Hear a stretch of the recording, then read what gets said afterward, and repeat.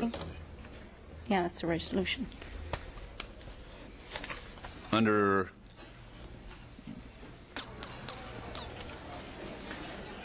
bids, proposals, and purchases, item 45. Page 395 will be replaced with 395A. Page 396 will be replaced with 396A.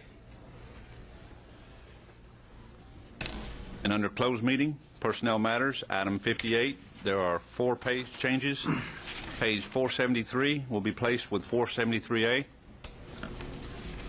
474 will be replaced with 474A. 476 will be replaced with 476A. And 477 will be replaced with 477A.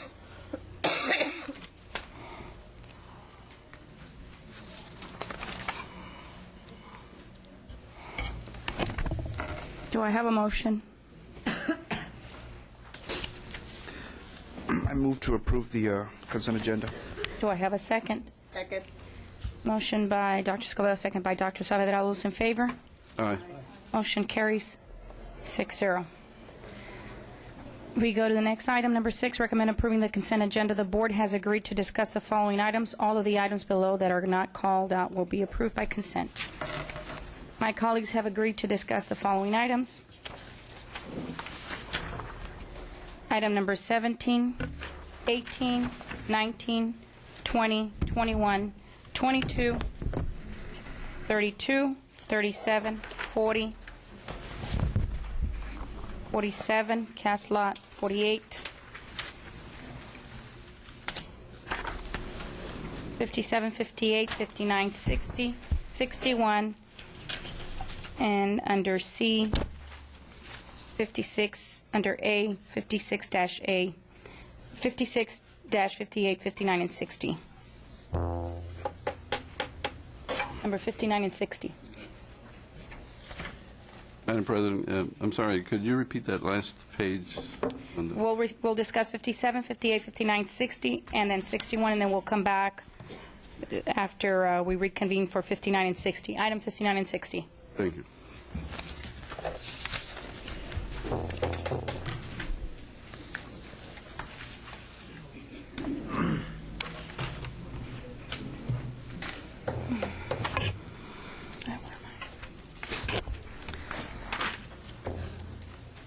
Now we go to item number 7, Superintendent's Report.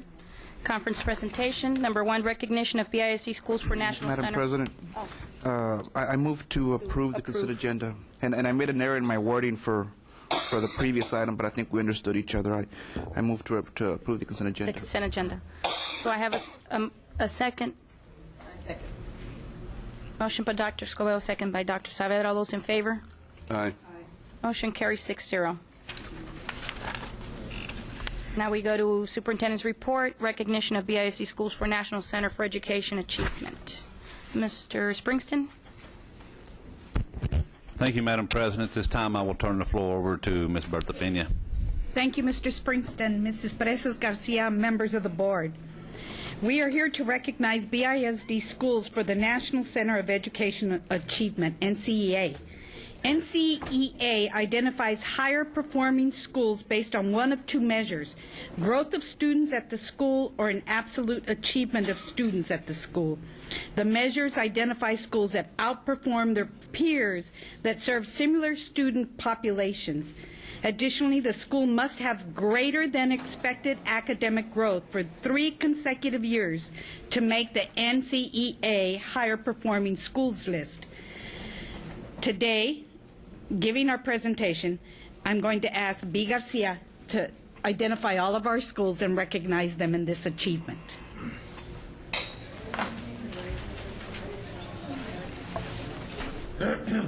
Thank you, Mrs. Peña. Madam President, Mr. Springston, members of the board, administration, and audience. It gives me great pleasure to recognize the higher performing schools in BISD for the year 2010. NCEA identifies approximately 8% of the state's public schools as higher performing.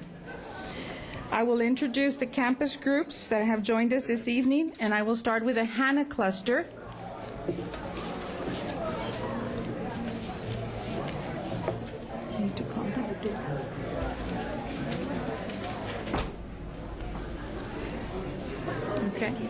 Hannah Cluster Area Assistant Superintendent Dr. Rita Hernandez. We have Egli Elementary, student Saraí Guillen, parent Ernesto Guillen, teacher Maria Stamba, and our principal Christina Bridgewater, and Pedro Vidal, facilitator.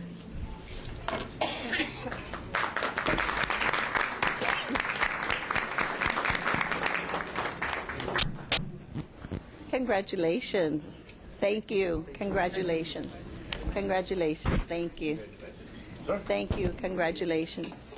Thank you. Congratulations. Start moving them. No. Good.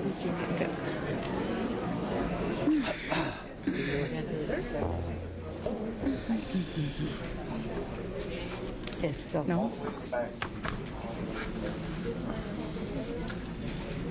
All the way to the back.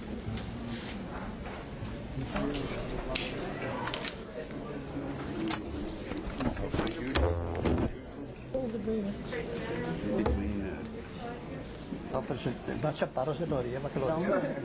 I know. Don't cheat. Christine, I don't do that. I'm tippy-toeing. I look really tall.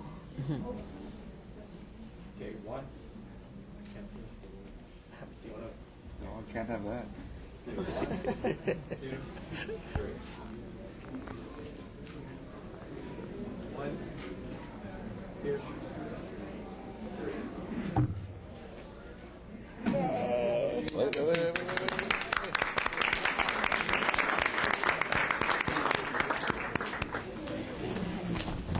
Get it?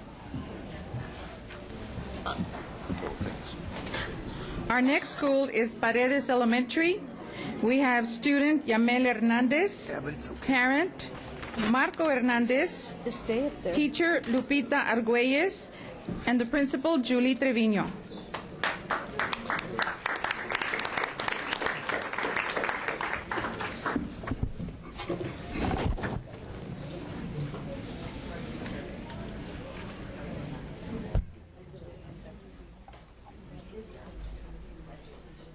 Thank you, sir. Congratulations. Hi. Thank you. Congratulations. Congratulations. Congratulations. How you doing? Thanks. Congratulations.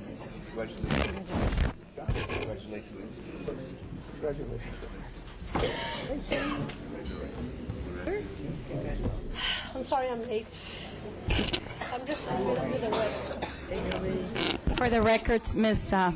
Perez, Ms. Peña is now present. It is now 5:40. I'm sorry, I've been fighting bronchitis for the last 3 days. It's not contagious, that's the good part. But it is a pain. Please, please, please, please. Yes.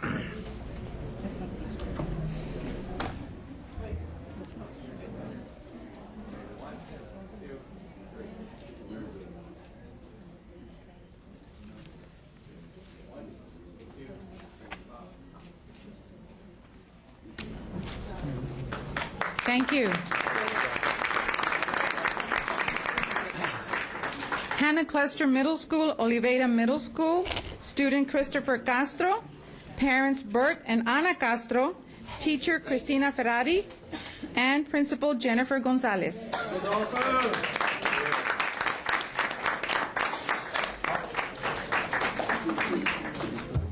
don't know why. Congratulations, sir. Congratulations. Jennifer. Congratulations. I'm proud of you. Congratulations. Way to go. While I was in bed. How you doing, sir? Congratulations.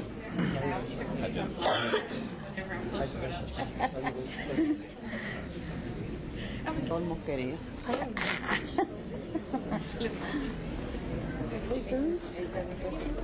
All day, right?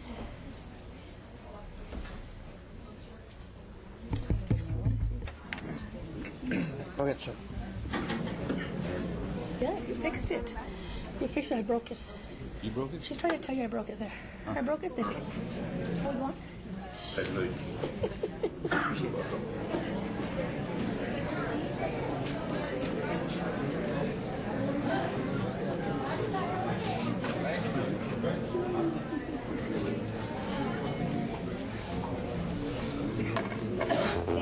I broke it. Thank you.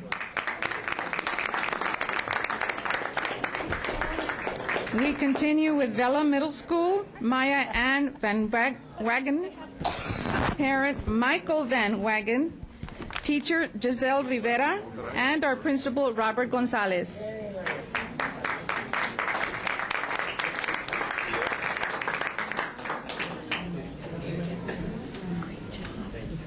Congratulations. Congratulations. Congratulations and thank you. Congratulations. Congratulations. Thank you. Robert, congratulations. Congratulations.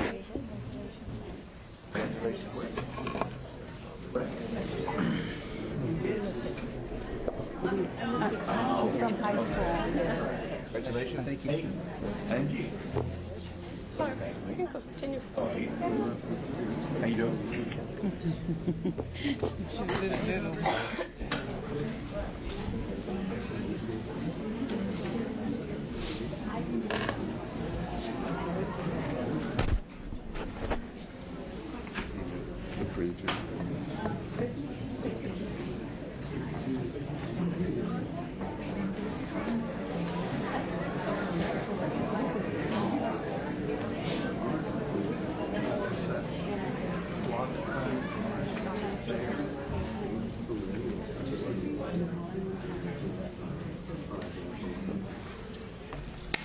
Thank you.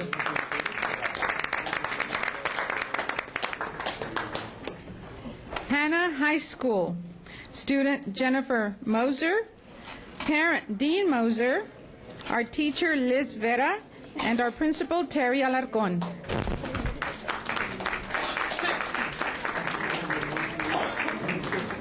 Thank you, sir. Congratulations. Thank you.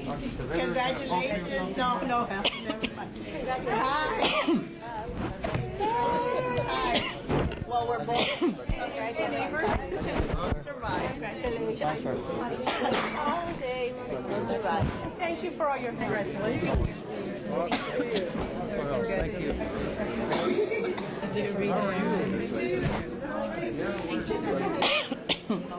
Thank you. Thank you. I might. Porque a mí. Often or something. But you can't. Can you take your antibiotics? Que a mí me dijeron que no. Look at me. So bold. It's in my.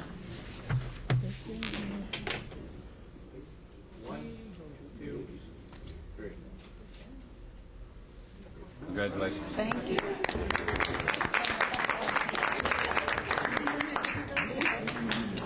We should have traded places. We continue with our Lopez Cluster Schools. Mrs. Mary Jo Monfils, Area Assistant Superintendent. Aiken Elementary, student Alejandro Ocampo. Parent Analisa Ocampo. Our teacher Jana Hott. Principal E.J. Martinez.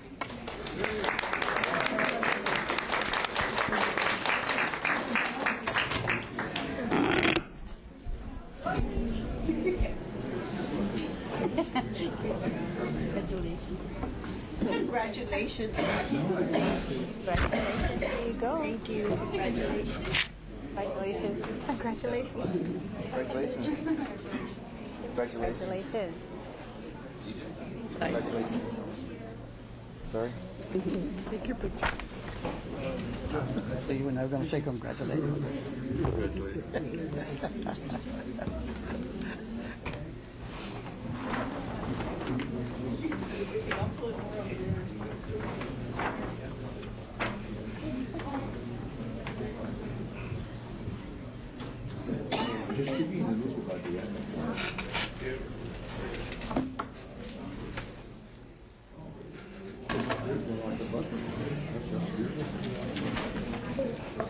Did we look like that? Thank you.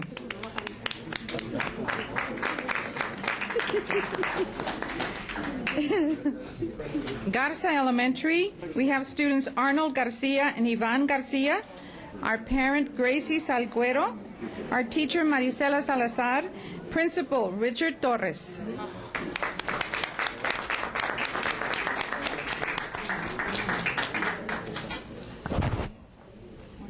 I don't want to play you. Congratulations. Congratulations. Congratulations. Congratulations. Congratulations. Congratulations. Good job, man. Way to go. Good job. Way to go. Congratulations, sir.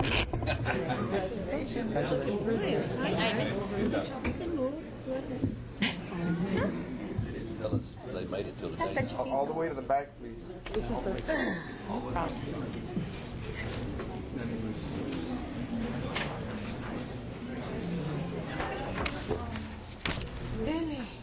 Was it oopsie? Well, they're here. Time out. Get over here. No, their fault. 1, 2, 3. Better, right? Good job. You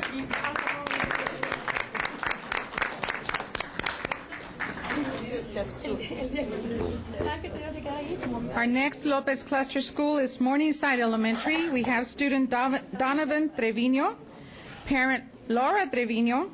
Our teacher is Laura Trevino, and our principal is Lolita Emerson.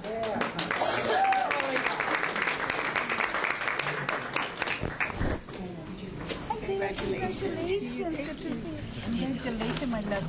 Congratulations, thank you. Okay, souvenir. Thank you. Congratulations, sir. Souvenir. Thank you very much. You should have one of those. Congratulations. Collect them. How many you can get?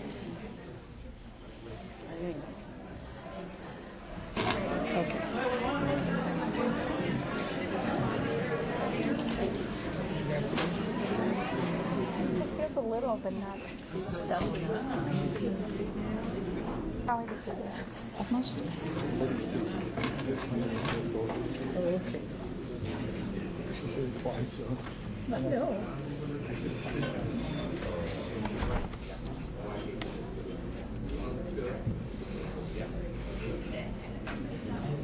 One, two, three.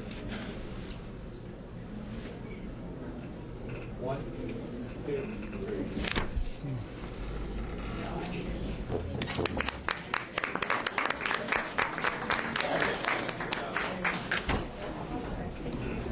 Southmost Elementary, student Jacqueline Garza, parent Rebecca Garza, teacher Baldomero Peña, principal Jimmy Haynes.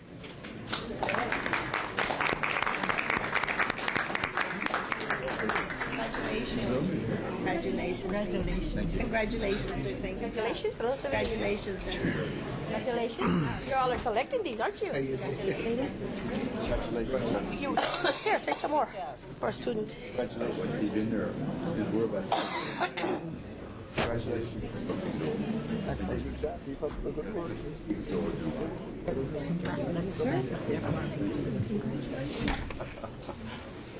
So worn out. I know we are.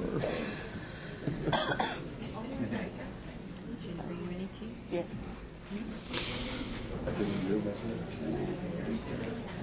Come on back. Back, way back.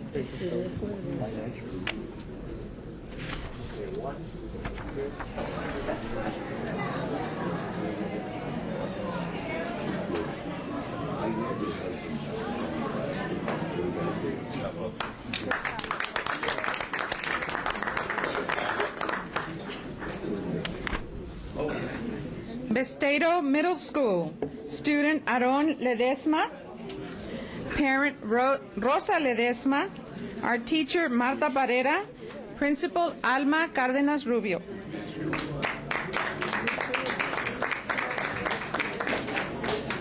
Hi, Mama. How you doing? Congratulations. Congratulations. Congratulations. Alma, congratulations. Thank you. Good job. Proud of you.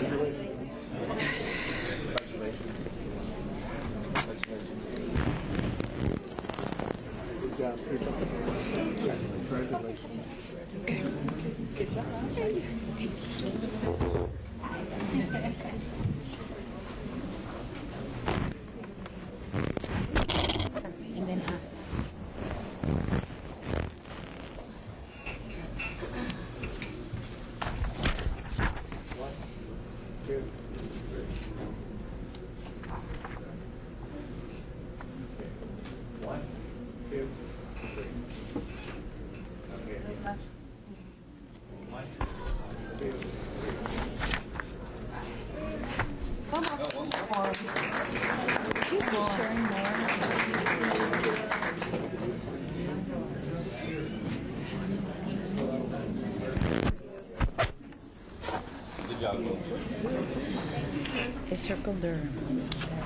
We continue with Lucio Middle School. We have students Kathleen and Lorenzo Gonzalez, our parent Maggie Gonzalez, teacher Janie Rangel, principal Rose Longoria.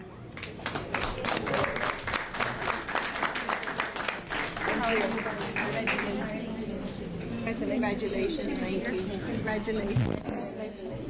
Hi, how are you, Mika?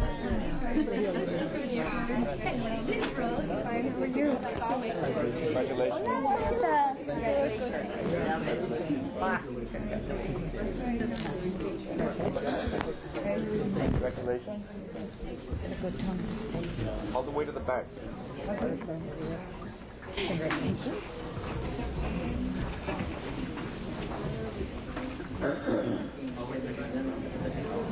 All the way back.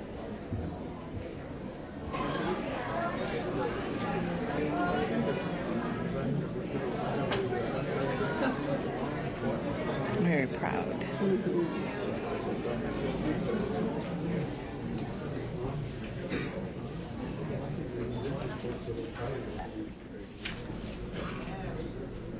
Battery might be weak.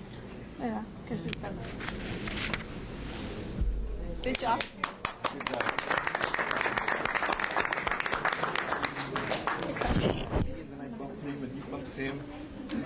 I'm so sorry. So it's like the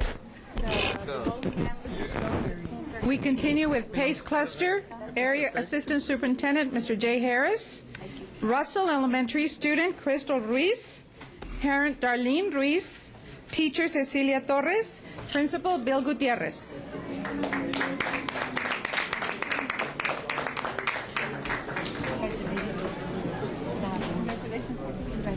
Congratulations.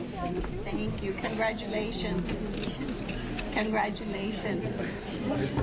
Congratulations.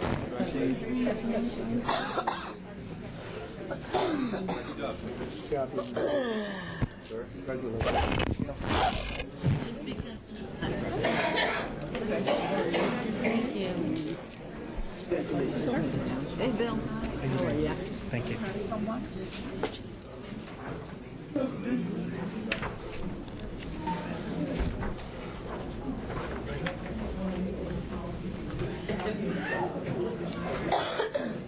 And what's your first name?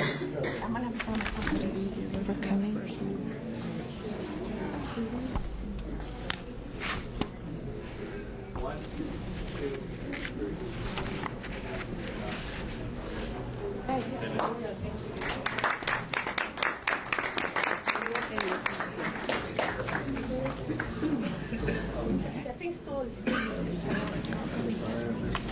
Cummings Middle School, student Robert Lopez, parents Robert and Erlinda Lopez, teachers Mr. and Mrs. Rogelio and Leticia Erizuriz, and principal Karen Trevino. Congratulations.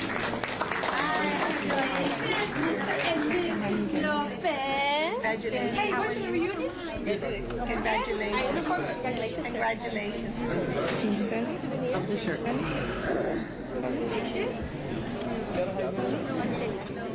Thank you. This is my platform. Thank you.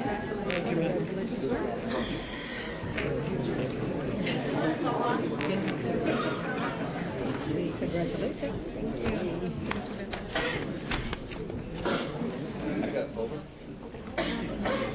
Back and move a little bit to the right. Otherwise, we don't come out, Mr. Harris.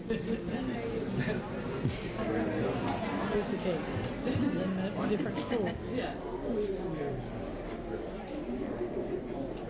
Don't move. True.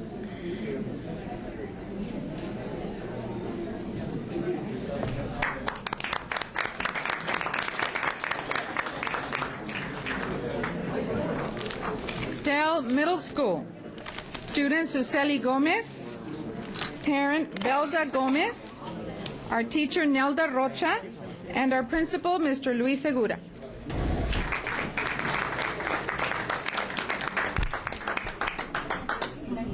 Congratulations.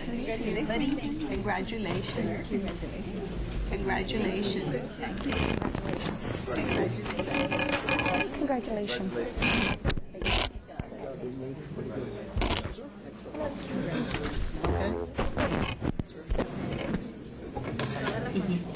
Qué bueno.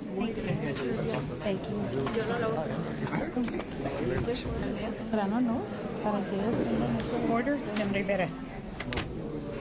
Qué bonito.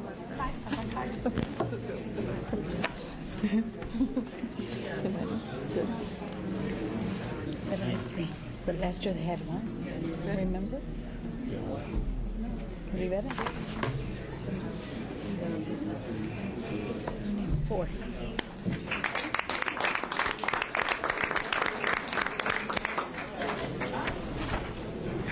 We now have our Porter cluster, Mrs. Mary Jo Monfils, Area Assistant Superintendent, Putnett Elementary, and we have students Jennifer Peña, Carla Peña, Sofia Peña, parents Carlos Peña and Leticia Gonzalez, teacher Alicia Dominguez, and principal Carla Pereira.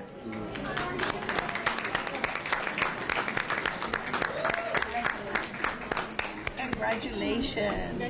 Congratulations. Congratulations. Congratulations. A little souvenir. Hi, congratulations. Mama, congratulations. Training. Congratulations. Congratulations. Congratulations. Hi, Carla. Congratulations. A little souvenir for you. One for you. Congratulations. Congratulations. Uh-oh, future Mrs. Bieber. Congratulations.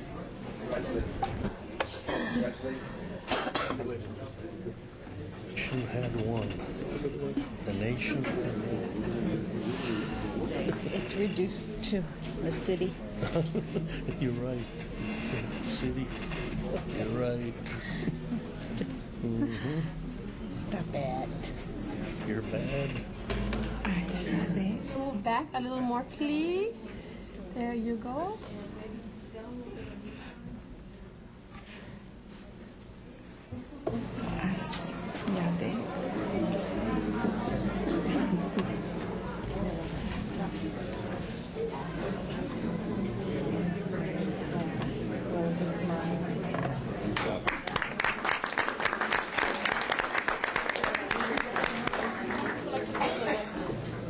Have you noticed that? Send them to the right. All the top people. Rivera Cluster Schools, we start with Gonzalez Elementary. We have student Francisco Villanueva. Give me a trash can. Beatriz Villanueva, parent. Teacher, Mary Ellen Rodriguez, our facilitator. Principal, Yolanda Kruger. And our area superintendent for the Rivera Cluster, Dr. Carl Montoya.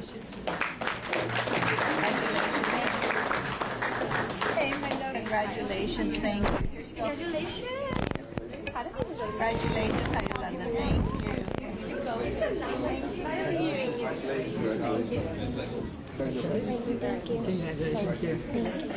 Thank you. Thank you.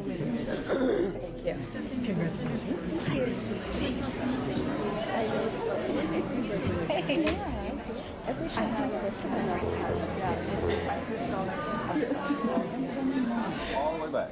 Asia.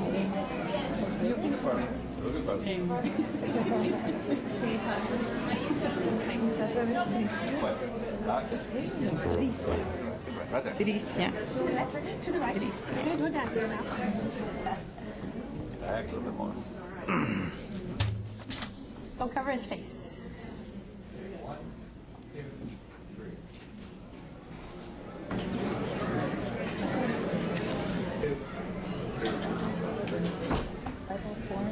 And there are agendas.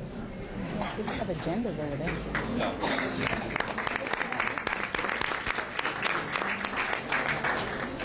Now we have Vermilion Elementary, student Laura Lozano, parent Bricia Acosta, teacher Isaide Iglesias, principal Socorro Hoteling.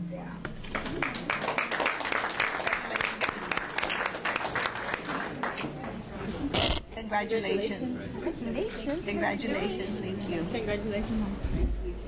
Congratulations. Keep up the good work. Congratulations. Congratulations.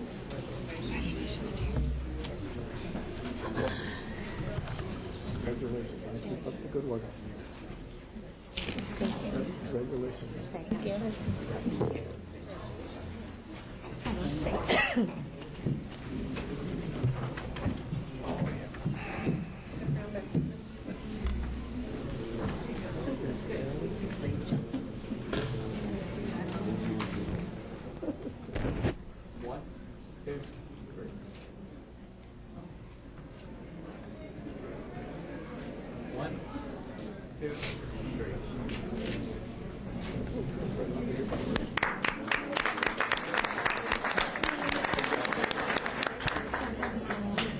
Perkins Middle School, student Crystal Cruz, parent Veronica Cruz, our teacher Delia Lopez, principal Blanca Lambari.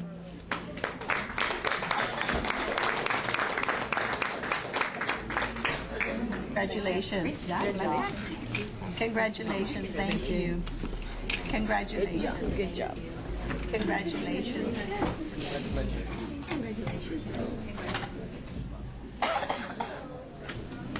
Congratulations.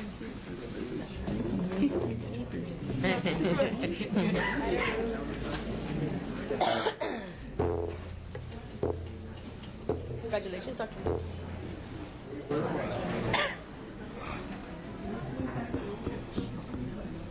Ooh, I'm back, way back.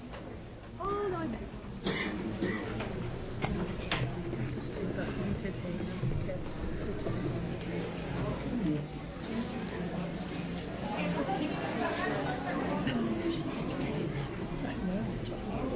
I see, really?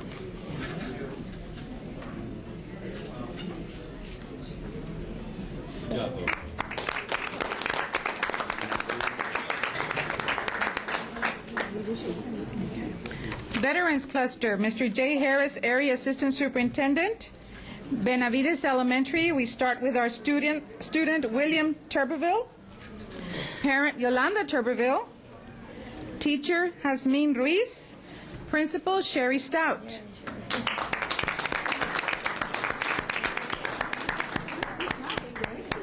Thank you. Congratulations. Congratulations. Thank you very much. Congratulations. Good job. Thank you. Congratulations. Good job. Sherry, congratulations. Good job. Congratulations, ma'am. Thank you.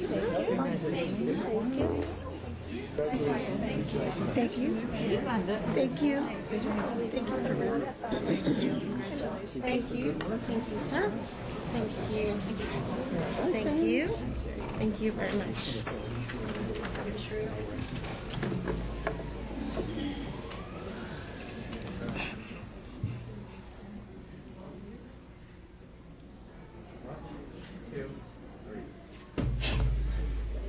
It needs to be one of the... Do you have the stamina? Yeah. Do you bring sanitizer? Good job.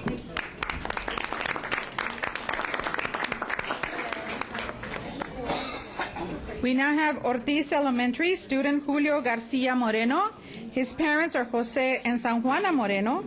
Our teacher is Janie Rodarte, and our principal, Sandra G. Lopez.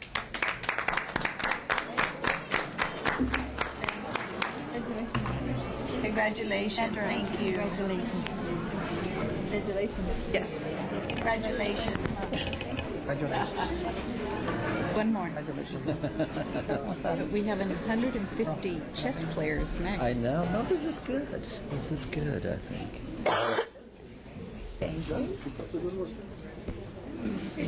Thank you.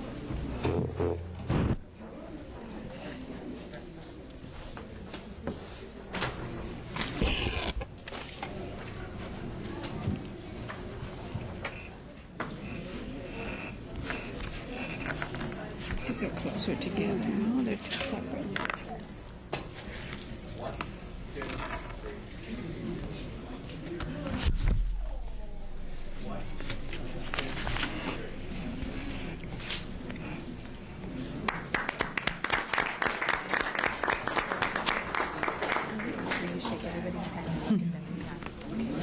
We continue with Iturria Elementary. We have students Arturo Gonzalez and Emma Gonzalez, parent Patricia Gonzalez, teacher Teresa Flores, principal Nicole Clint.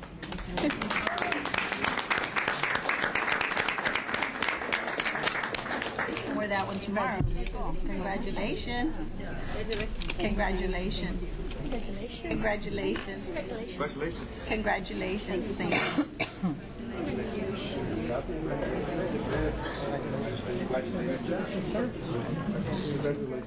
That's pretty awesome. No, thank you. No, thank you. No, thank you. Sorry. No.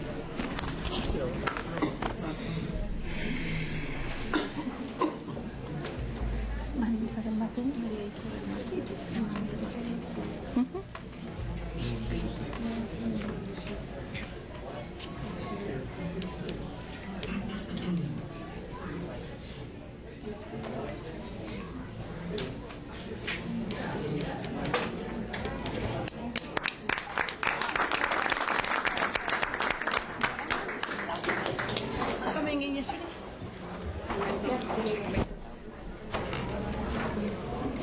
Stillman Middle School. We have student Samantha Martinez, parent Maria Isabel Martinez, teacher Monica Mata, assistant principal Mrs. Ayala Trevino.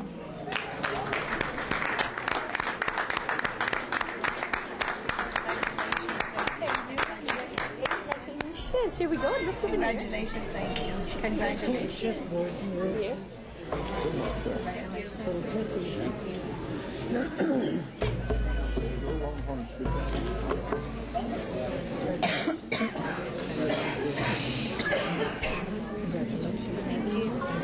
Está ahí, míralo. I don't have the back. No me los puse. I did.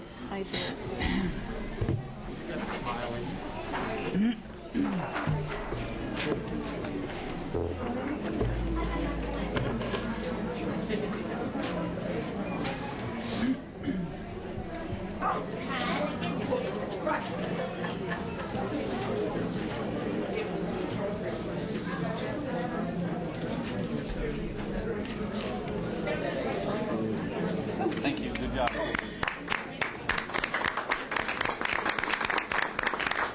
This concludes our presentation. Thank you very much.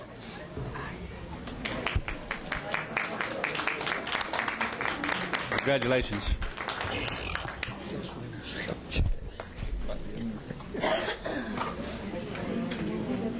We now go to the next item, recognition of chess winners. Mr. Springston. Thank you, Madam President. At this time, Ms. Pena.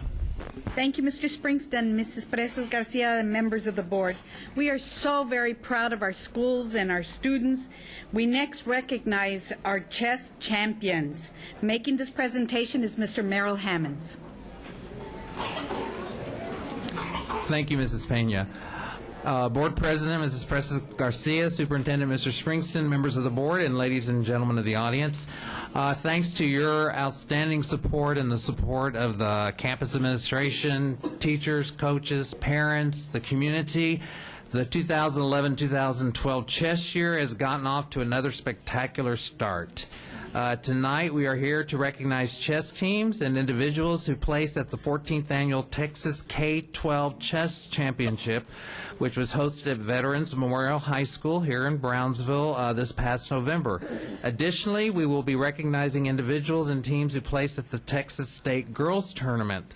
And in fact, one of our teams, one of our girls' teams, is being recognized for placing for or winning this tournament for the 6th year in a row.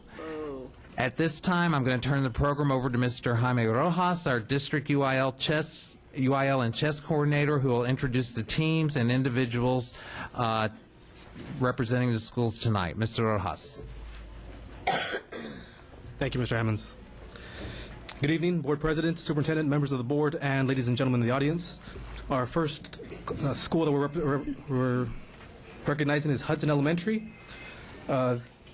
The coach is Luis Gomez, and the principal is Loretta Dickinson. The K group, the kindergarten group, got first place. It includes Michael D. McHale, fourth place individual, Ana Luisa Banderas, fifth place individual, Victoria Marin, and Mark Saldana.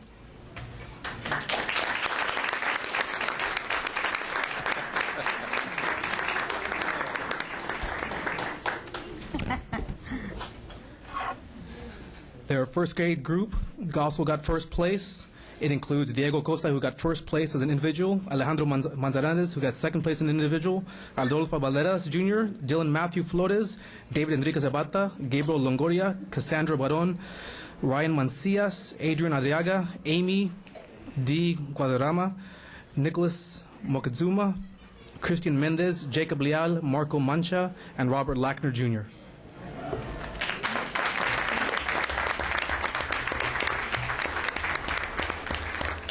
Their third grade team got second place. It includes Ramses Linen, who got second place individual, Alfonso Mateo Salias, who got fourth place individual, Norberto Manzanares, Troy A. Trevino, George A. Mares, Barbara Escobedo, and Davin Isaiah Flores.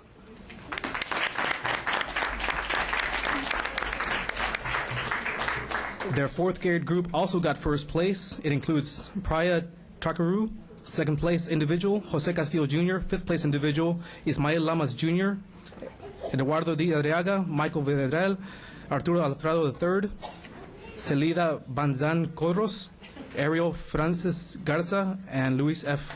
Osuna.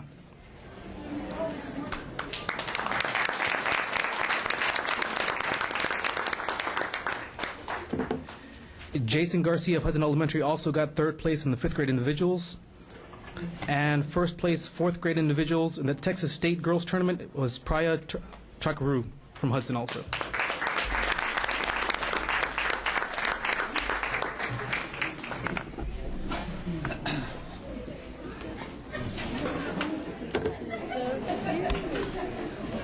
Hi, Mama. Love your shirt. Congratulations, Mommy.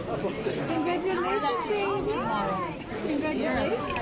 It's a big trophy. Congratulations. Congratulations, son. Congratulations. Whoa, can you carry everything? Congratulations. Congratulations. Congratulations. Great job. Congratulations. Congratulations. Cool. Congratulations. Wear that to school tomorrow. Congratulations. Congratulations. Good job. Yeah. Congratulations. Congratulations. Congratulations. My God. Congratulations. Good job. Good job.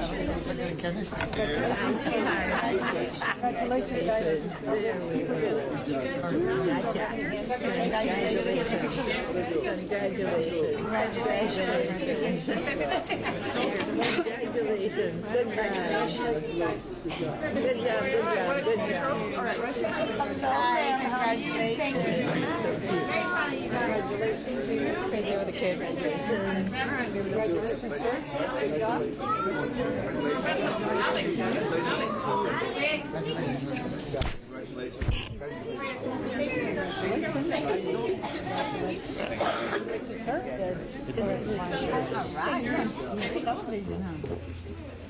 Thank you. Good job. Thank you, my dear. There they are. Are they? It's green. Are the ones Oh, there's a lot in there, sweetie. Now, you all find a place to stay. You look like a teacher, not a student. Say chess. Say chess. Hey, wait, just a minute.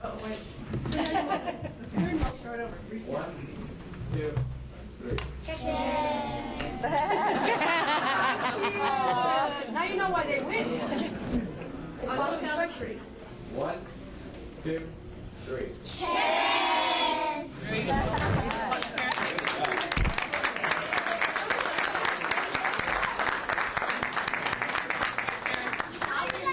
One more time, guys. Okay, one more time. Say chess. 1, 2, 3.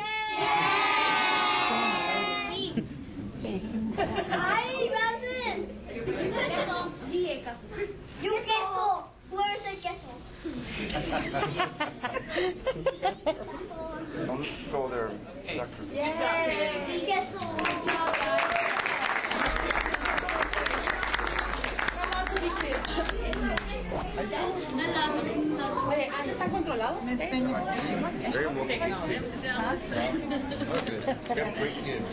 Big time. Thank you. Muchísimas gracias.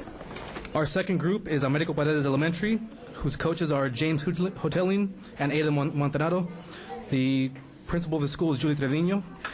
Their first grade group received second place. It includes Sarah Lynn, fourth place individual, Brian W. McGee, fifth place individual, Robert J. Stone, Marco A. Flores, Seth A. Armas, Mayra Garcia, and Javier Gallegos and Paola Castro.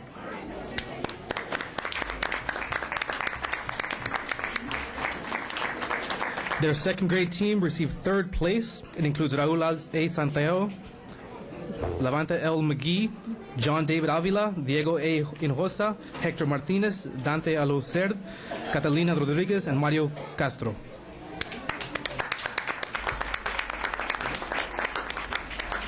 Their third grade group also received first place. It includes Jesus Guillen Jr., he got third place individual, Eduardo Santanilla, he got fifth place individual, Fernando Montanaro, Asai I. Bustinaza, Brianna Lombardi, Luis F. Hinojosa, Johan Howell, Ana Paula Sanchez, Gerson D. Reyes Jr. Their fourth grade group also received third place. It includes Cristialia Cardenas, Antoine Martz, Victoria I. Flores, Michael A. De Leon.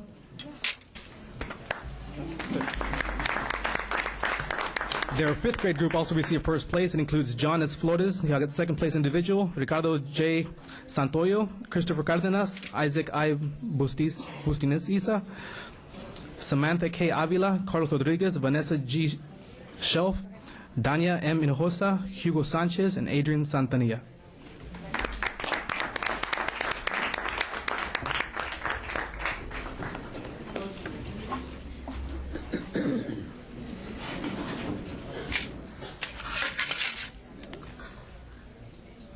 Congratulations, Mama. Congratulations, sweetie. Congratulations. Are you guys brothers? Yeah. You look so much alike. You're both very handsome. Congratulations. All of you. Congratulations. Congratulations. Congratulations. Thank you. Congratulations. Congratulations. Congratulations. Looks like a snack. Good job. Congratulations. Congratulations.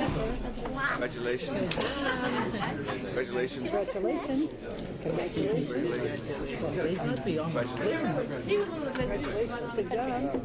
Competing against each other. Congratulations, sir. Congratulations.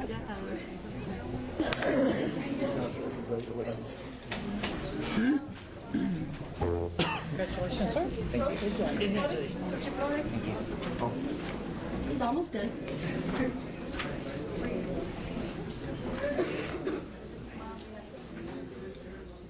One, two.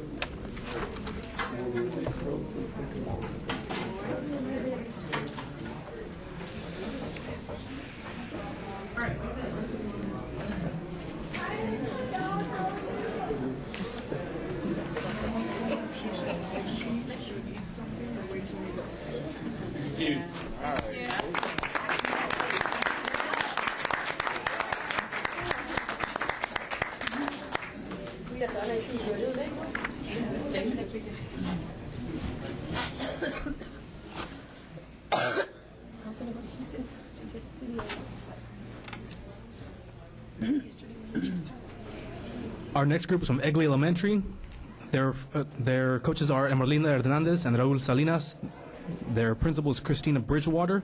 Their first grade team got third place. It includes Nicholas A. Leal, Dante A. Guillen, and Leanne Marie Castro.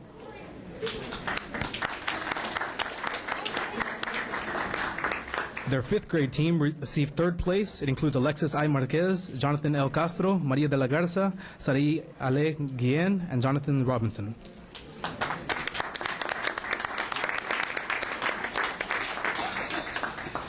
The Egley fifth grade girls team scored first place at the Texas State Girls Tournament. It includes Carla Aviles, Sarai Guillen, who got second place in individual, Alexia I. Marquez, who got third place in individual, and Maria de la Garza, who received fourth place in individual.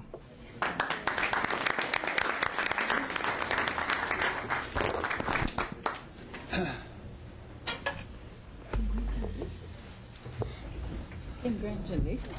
Good job. Congratulations. Here you go. So, you can wear this tomorrow. Congratulations. Congratulations.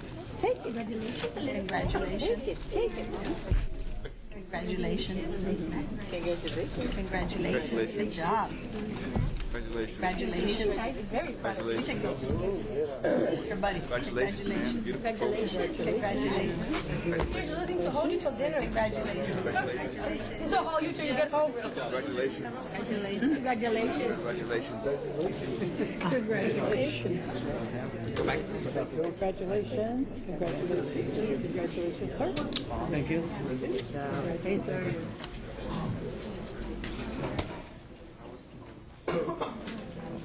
Have this in black. Mom and Dad. That's scary.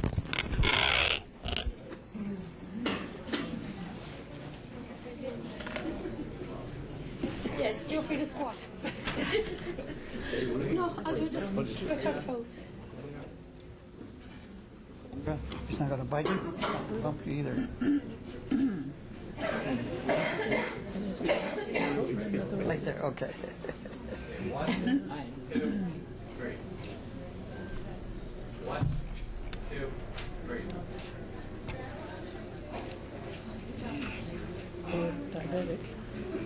Primary 6th grade. Good job, folks.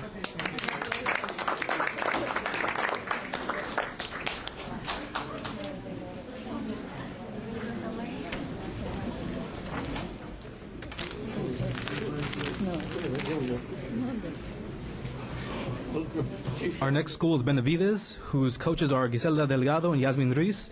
Their principal is Sherry Stout. Their second grade group at first place, which includes Vivek A. Keval with fourth place individual, Alan Lopez, who got fifth place individual, Derek W. Gutierrez, Daniel De La Fuente, Jose C. Coronado, Ryan Tuberville, and Kenisha Vora.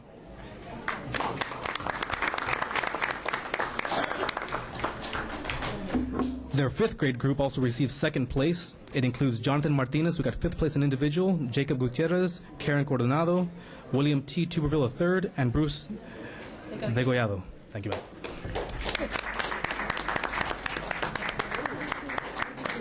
Really? For Martin? Okay. I have to. How you doing? It's a big trophy, son. Congratulations. Good job. Congratulations. Congratulations. Congratulations. Congratulations. I could beat fucking. Congratulations. Good job. Congratulations. Good job. Congratulations. Very proud of you. Congratulations. Jolly Congratulations. Ranchers. Okay, here we go. Congratulations.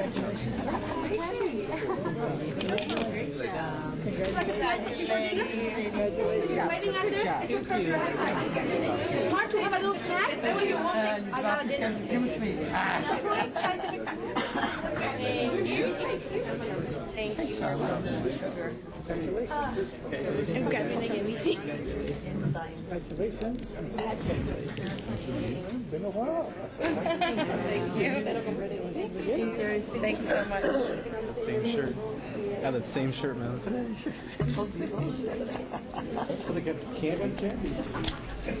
Come on, move closer to the back because you're little. Cool guy. There you go.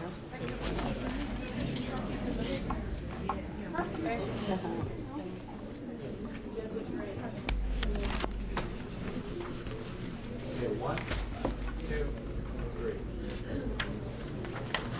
1, 2, 3. Yes. What do you mean? Right in the middle of the They work really hard for this.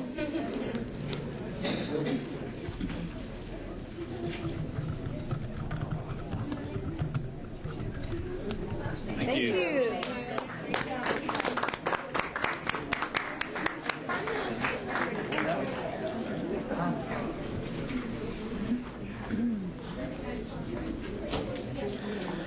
Our next group is from Martin Elementary.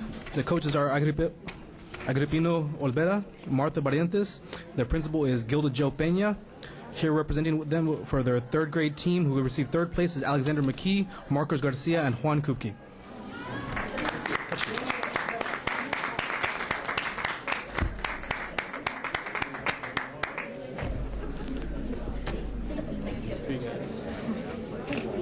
still got to call you guys out. Everyone. Congratulations, son. You're so handsome. Congratulations. We'll wear that tomorrow. You're sixth grader. Congratulations. Here you go. You're representing the fourth grade. Congratulations. Congratulations. Show up again. A little candy for you. There you go. Congratulations. A little snack before dinner. Do you understand what I just told you? Oh, the candy. Have fun. Put up for Tony. Congratulations. Congratulations. He likes that one. He didn't have this one. Thank you very much.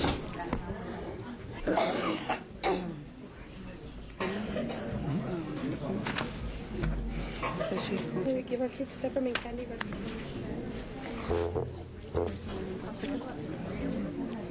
First place, third place. 11th grade. Which one? Which one? 1, 2, 3. 1. Okay. Good job, guys.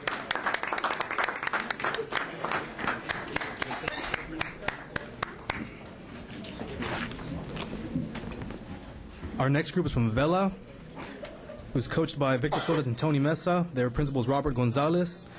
Their sixth grade team received first place, which includes Brianna A. Guillen, who got second place individual, Edgar A. Santoyo, who got fifth place individual, Alexander Marquez, Kyle Jacinto, Joseph E. Robinson, Nicholas Maroquin, Miguel A. Rodriguez, Eduardo D. Vasquez, and Vicente Guerrero.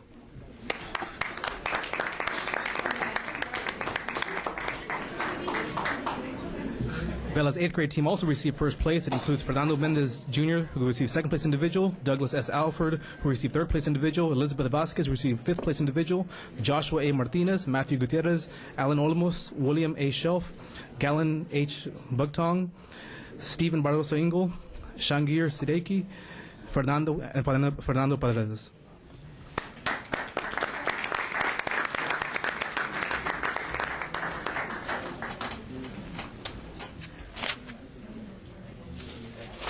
Congratulations.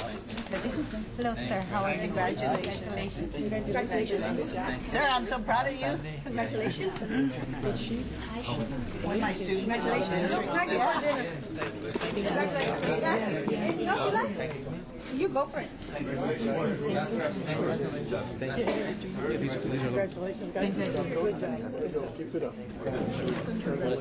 Thank you for your support. Good to see you, man. Hi, Rachel. Good to see you. Yeah, her son, Eric. Eric was a kinder kid. Whenever she worked for me. Okay.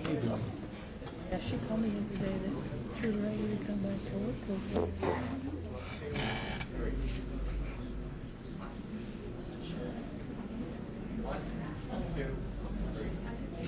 Good move, Dr. Hernandez. Don't move anybody.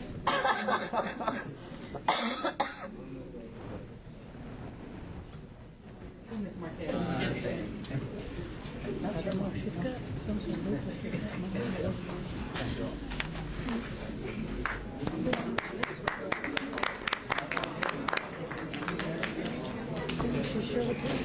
Our next group is from Falk Middle School, whose coaches are Selena Garcia and Victor Garza. Their principal is Mario Rodriguez. Their 7th grade team received first place. It includes Sebastian Alanis, Miguel Rodriguez, Adolfo de Angel Jr., and Celeste Martinez.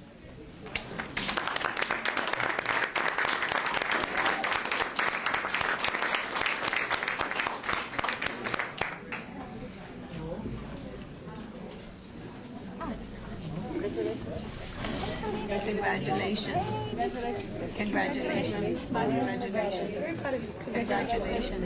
Congratulations. Good job. A little snack. We're so proud of you. Play me a tune. I was going to go on Sunday, but I got real sick with bronchitis. Good job, sir. I wasn't able to Halloween here. Congratulations. Good job, guys. I miss being there with you. Thank you, ma'am.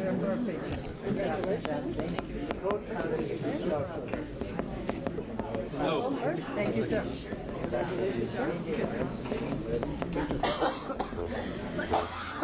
Way to go, Paul.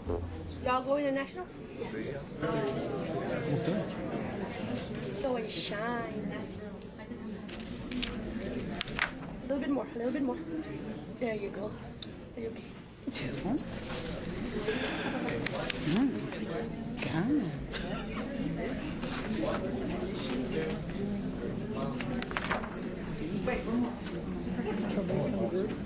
One more.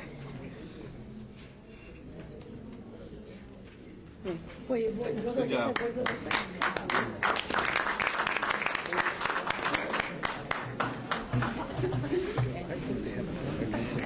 Our next group is from Perkins Middle School, whose coaches are Jose C. Morales and Yvonne Garcia. Their principal is Blanca Lombardi. Their 8th grade team received 2nd place. It includes Alec J. Abete, who got 4th place in individual, Andrew Beatty, Hiram Mendoza, and Karen Ramirez.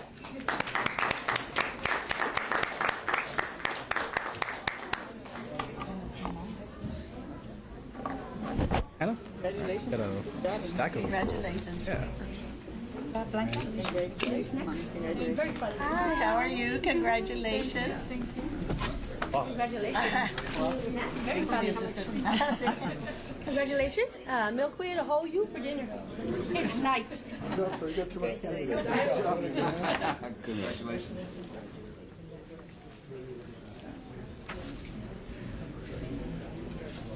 Thank you.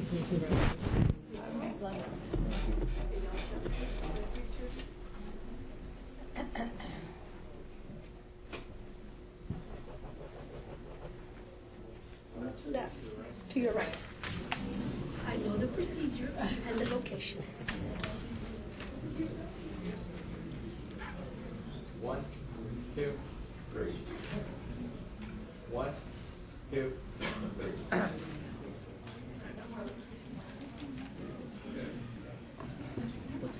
Congratulations.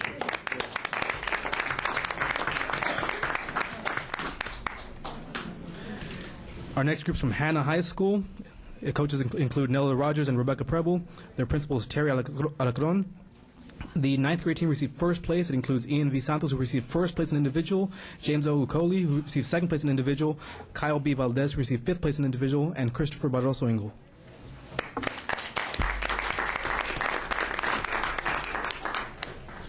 Hannah's 10th grade team received 2nd place. It includes Daniel Casas, who received 5th place in individuals, Lucas Garza, and Estacialo Anzandua.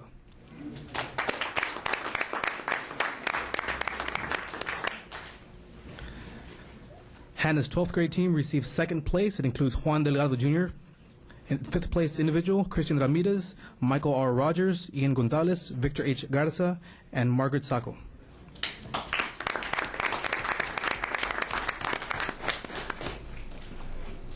Hannah's 11th grade team received 1st place. It includes Ivana L. Santos, John J. Davila Jr., Kathleen Preble, and Lauren A. Rogers.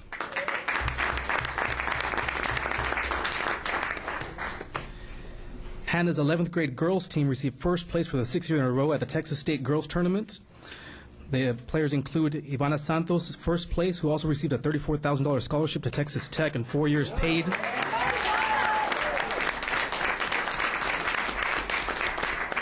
Lauren Rogers, who received 3rd place in individual, Kathleen Preble, who received 4th place in individual, Margie Sacco, who received 5th place in individual, and Emily Rodriguez, who received 6th place in individual.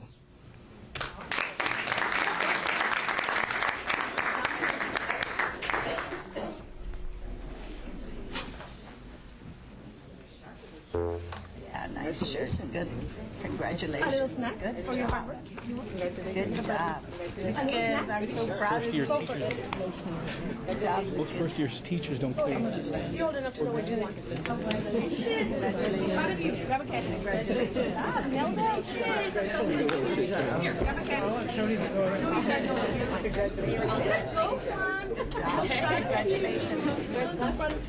All right. Go get him.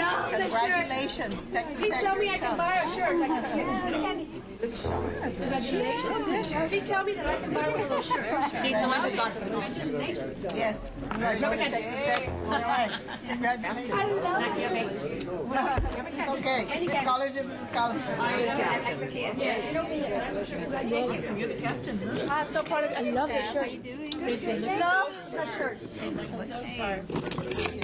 Now that you need to let us know where we can buy those shirts. I don't know. They're at Germany. Or are they?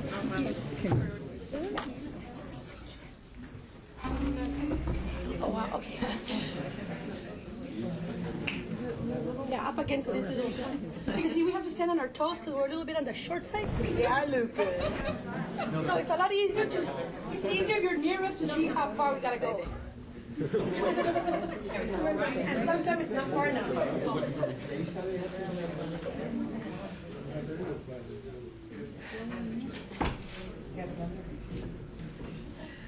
One, two, three. Hold on. Okay, take one. Miss Bessa can jump in real quick.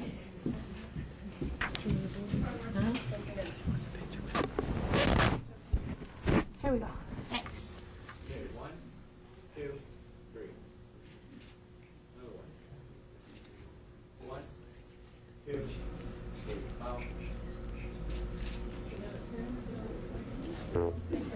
Here you go. One more. One more.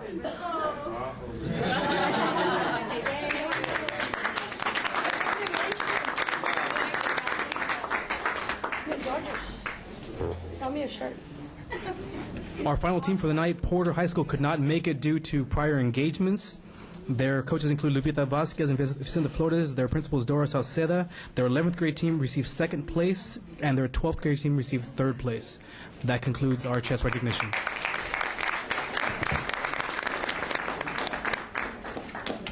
Thank you. Ms. Presas, if I may. Yes, go ahead, Ms. Peña. I want to thank everyone, Mr. Hammonds. I want to thank you for the job that you do because this is why we are who we are. I want to thank you, sir, for taking on the endeavor of being the chess coordinator. I know you give a lot of your time, and it kind of like sucks you in, and you're excited, and you bite your nails just the way we do when we're out there at those tournaments. But we couldn't do it without people like yourselves and parents and students and teachers. So I want to thank everyone from the bottom of my heart because this is a program that keeps our kids strong, bright, and looking to the future. So thank you.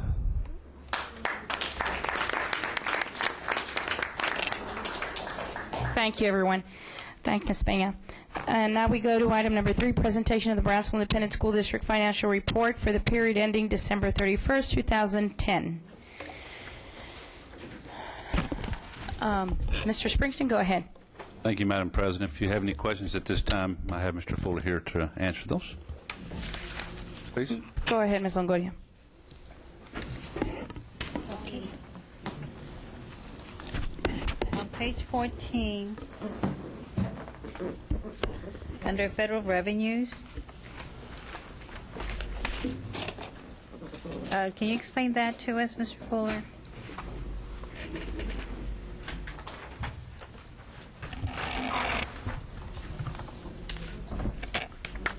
Yes, ma'am. Ms. Garcia, thank you. Go ahead, Mr. Fuller. Thank you. Ms. Longoria, to answer your question on page 14, federal revenues, at first I was kind of stumped, but I searched, and this is going to be probably for the MAC and/or SHARS program, the federal revenues we receive from the MAC or SHARS. Okay. The balance, that's $3,061,337. Is that the balance negative or?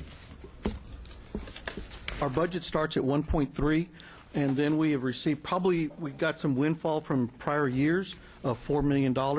So it's a comparison, and when you look revenues, a negative number is a good number because we have received more than what we budgeted as for revenues. Okay, so you haven't spent more than what you had budgeted? No, actually, we would have created a budget for $1.3 million. But again, we'd have to go back and look at the detail, and we've received already $4.4 million. Okay, that was Thank you. all I need to know. On that one, I had noticed that in the past, in 2008, 2009, I also had a question. Operating revenues was, because there's quite some difference there. I guess when Thursday, when we can meet on the budget, we can review those numbers, because I'll be questioning the 2008, 2009 figures to kind of compare to the ones that we have now. You'd be able to have those figures too as well? Yes, I have 2008, 2009 numbers now, if you'd like to. Yeah, for the for the revenue, so we can just touch bases on those, so we can see the comparison of the difference. I have some numbers now, if you want to ask, or if you'd like to, we'll talk about it Thursday at our Yeah. Budget Committee. That sounds good. All right. We'll go ahead and do that as well. Okay, any other questions? We now move to item number 4, presentation of the Brownsville Independent School District Quarterly Consultant Report for the second quarter of fiscal year 2010-2011. Mr. Springston? Thank you, Madam President. If we have any questions at this time? No, then we move on to item number 5, presentation of the Brownsville Independent School District Quarterly Investment Report for the period ending September 30th, 2010. Mr. Springston? Thank you, Madam President. Do we have any questions at this time? Ms. Longoria, go ahead. Is there a timeline to submit these reports? This ended in September 30th. Mr. Fuller? Thank you, Mr. Springston. Ms. Longoria, to answer your question, we've pretty much been following the same timeline we have in the past. I guess I started this back in '94. And really, number 6, which is the annual report, we've always come back using the second meeting in January with the annual report, which is after the audit's been adopted by or approved by the board. In the December meeting, we've come back in January. And then in February, we come back with the first quarter, and you'll be seeing the second quarter through December next board meeting. Did you say item number 6? Yeah, item number 6 is the annual report for the period ending June 30th, 2010. And that comes after the approval of the audit, which took place in mid or early part of December. And then in January, we come in with the annual, and then we come in with the quarterlies right after. That'll be the next meeting. Do we have an investment report ending December 31st? Because I didn't see it. No, you'll be getting that on the next board meeting. Next meeting. Okay. That's the second quarter for this fiscal period. Okay, great. Any further questions from the board? We now move to item number 6, presentation of the Brownsville Independent School District Annual Investment Report for the period ending June 30th, 2010. Mr. Springston? Thank you, Madam President. Again, if you have any questions, we'd be glad to answer them. I think we just probably answered it, so okay.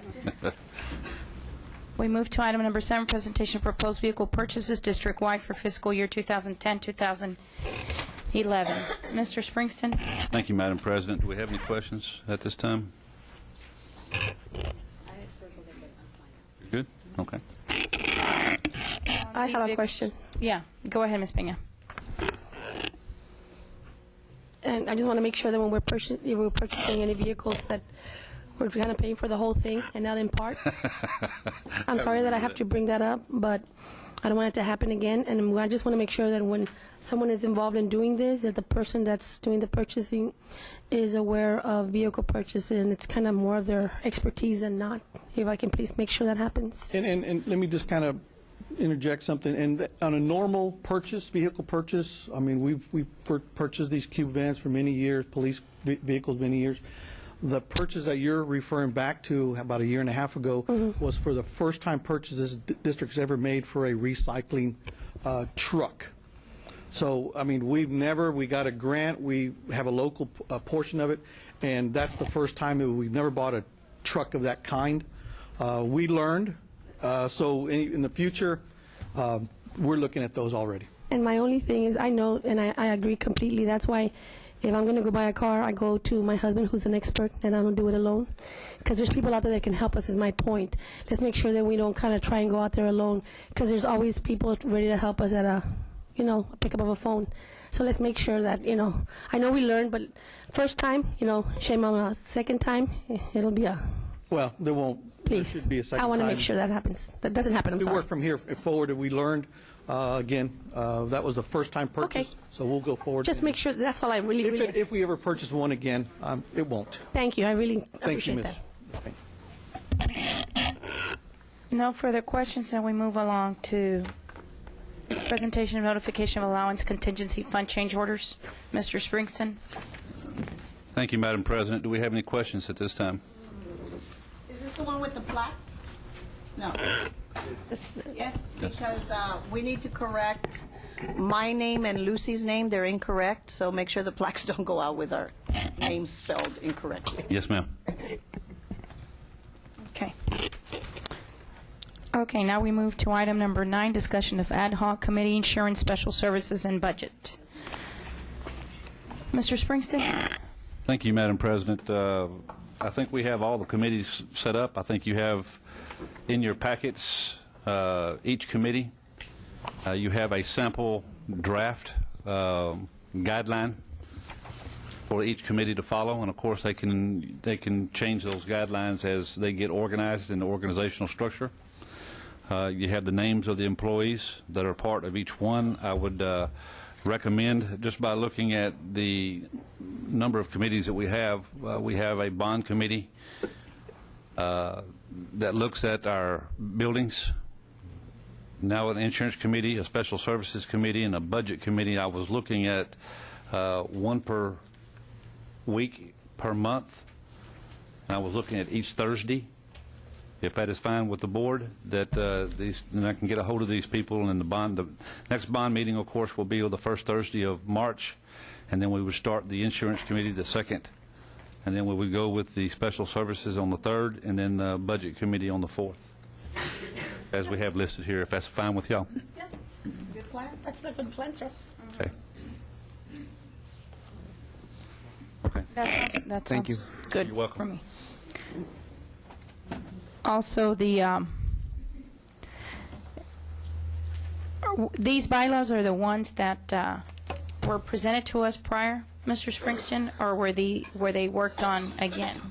We worked on them in my office. They were actually ones that we had used for the bond committee, the articles of, and then we just changed them over to meet the needs and the guidelines that were set forth for each of the committees that we have here.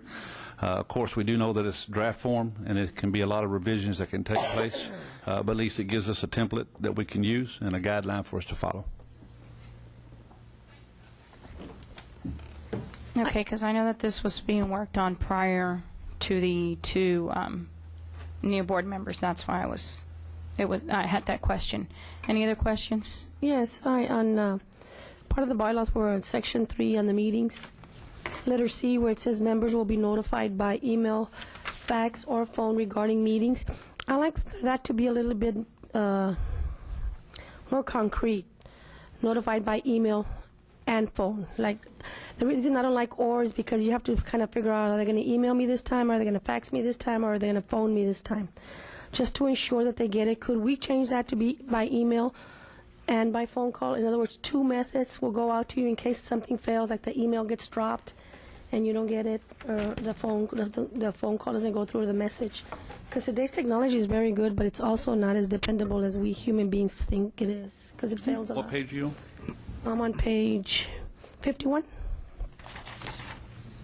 You see that on Section 3, meetings? Could we put an "and" in there, like two methods of notification instead of just one?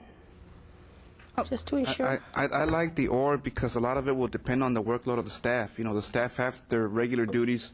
They may or may not have time to call this list of people. Emails works fine. If for whatever reason the internet is down, well, then I guess they can call. But to obligate them to email and to call, I think is putting unneeded workload or maybe, on the staff. Okay, if I may, Ms. Presas, maybe just email. Let's just do email and not the other two. And what do you think? It's just the "or" part, It depends on who's doing the calling. It'll change. I just want to have one set established. Well, rule. I guess they can decide, because they can edit these bylaws as they see fit. If they want to get email, called, and faxed, well, then they can put that on their bylaws. But for now, I guess this is a template that they work on, correct? Yes, sir. Okay. Okay, so That kind of contradicts what you just said, but okay. I'm with it. We're ready to move. Go ahead, Ms. Longoria. Perhaps Go ahead, Ms. Longoria. they could email us, and then as it gets closer to the meeting date, just give us a call to remind us. Remind us? Well, I'm sorry, the committee members. Ad hoc committee. How do they notify the bond? Email, right? We do it by email, and Ever then, been a problem? and then we do a posting, of each. Yeah, it's pretty well done. And the meetings are regular at certain times, so they, yeah. It'll be established. I'm glad they're finally getting going, because we've been working on this for a while. I think the insurance committee, ad hoc committee, has been alive for about a year or longer. So I'm glad that finally it's picking up speed. So thank you. Okay. With no further questions, we move on to item number 10, discuss regarding errors and omissions coverage and cost number 2010-DCL-059441. Board members' request, Mr. Colunga. Mr. Springston, I guess it was Mr. Colunga's item. Colunga? Yes, I had wanted to refer to the coverage that was previously mentioned to the board regarding the policy, errors and omissions policy that applies to the particular case mentioned in the cause number. And this is in reference to the confirmation of the coverage as per the letter of January 5th from ACE Westchester. Right. Can you tell me where it indicates or confirms coverage in that particular document, Mr. Sheldon? Yeah, let me give a little background and tell me if I don't answer everything completely or if I don't get to it quickly enough. In your errors and omissions policy, which most school districts and many entities carry, it's to provide legal defenses and possibly paying damages when there are allegations, lawsuits that concern wrongdoing or illegal acts by employees or trustees or sometimes even volunteers. In this instance, in the case that you're talking about, what happens is that the typical process is when a lawsuit is served against the district or a district employee or officer, and they believe that they were acting in their capacity as a member of the district, they submit the claim to the district. It goes to Mr. Whittemore, who does what he's supposed to do under the policy, is to promptly send it to the company, ACE, and ACE looks at it, may make phone calls or other determination or investigation, as they put in their policy, and make a determination as to whether it should be covered and provide a defense. Under the policies, many times, whether they have an obligation to pay ultimately or not is not decided until the court makes certain determinations in the case, usually final determinations. But what they often do is agree to provide a defense with what's called a reservation of rights, meaning the ability to assert any exclusions or limitations down the line. That's very typical and happens in most instances, and that's what happened here. And that letter was sent, I believe, in early January, mid-January or early January, where ACE agreed to provide a defense in this matter.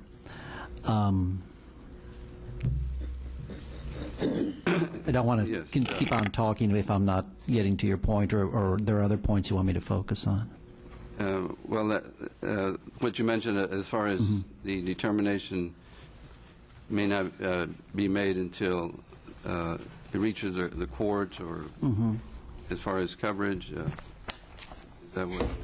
Yeah, that's in other words, the insurance company is for a fee agreeing to provide a defense and also pay damages, but they set up their policy to say that they have exclusions for certain wrongful acts, for certain intentional acts. Acts involving, for example, environmental violations are excluded. Now, many of these, like environmental violations, right away from looking at what's often like an employment dispute. But others, in terms of whether someone acted, in their school capacity, whether it was an intentional act, is often not determined until the very end of the lawsuit.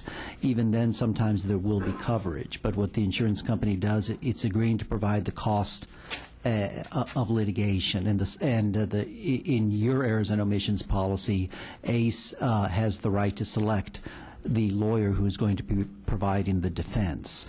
And so that is the way it works, not only with ACE but with other companies. And so it's usually not until the end of your litigation and that there is a final determination, because it's quite typical to send out what's called a reservation of rights letter.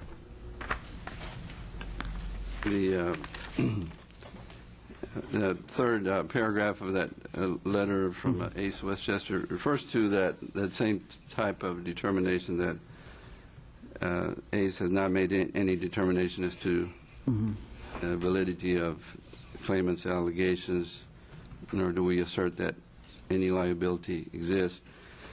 That would be consistent with that type of determination. Correct. Correct. Go into the process of the case itself, and in the terms of the coverage would be as far as the district's liability. What does that include? Well, the district's liability and really the insurers, what it'll agree to pay for is when the person is found to be acting, in a capacity that for the school district. You're acting within the scope of your duties, you're acting within an official capacity. It's in those instances where ultimately they agree they've provided a proper defense and whether they would pay any damages. And so that is something that's determined down the line, as it is with any other lawsuit that occurs. What they've done at this point is they've made the determination that there's nothing to indicate that they should not be providing a defense. There's nothing to indicate definitively at this point that the trustee was not acting in an official capacity and that would not have a meritorious defense. And so they should be providing the coverage under their policy. And on the selection of the attorney done by the carrier, yes. How do they decide on the choice of the law firm that represents? This insurance company, like most insurance company, has what they call a panel of attorneys to handle cases. They have several usually because they have several matters or they have conflicts. And so they're lawyers who the insurance company has investigated, find that they have the expertise, the experience, willing to work under these policies. And so that is typically how they do it. They will sometimes make exceptions and allow people on the panel on at least an ad hoc basis. If there are certain circumstances, I mean, it may be an issue of geography, it may be an issue of difficulty in finding lawyers, it may be a client's preference. In this instance, it was partly the preference of the trustee. The law firm represented that it had done ACE work before. It had been a panelist before for ACE, but ultimately, under the terms of the contract, ACE, as it says, retains the right and the sole authority to select the lawyer for any matter for which it's providing a defense and coverage. The attorney selected was one of the firms on ACE's list of approved firms. That's what the firm had represented to me, but ACE, I don't have a panel listing for ACE in terms of who they use, and particularly in the North Texas area where this firm is based. But in any event, it was a firm in which they added to their panel, at least on an ad hoc basis, for a lawsuit. But they said they have done other ACE work in the past. In making the final selection, the original position of the carrier was that the district would have to select based on the list of approved firms, of which the attorney selected was not a part of that list. Was that decided by ACE, the additional law firm?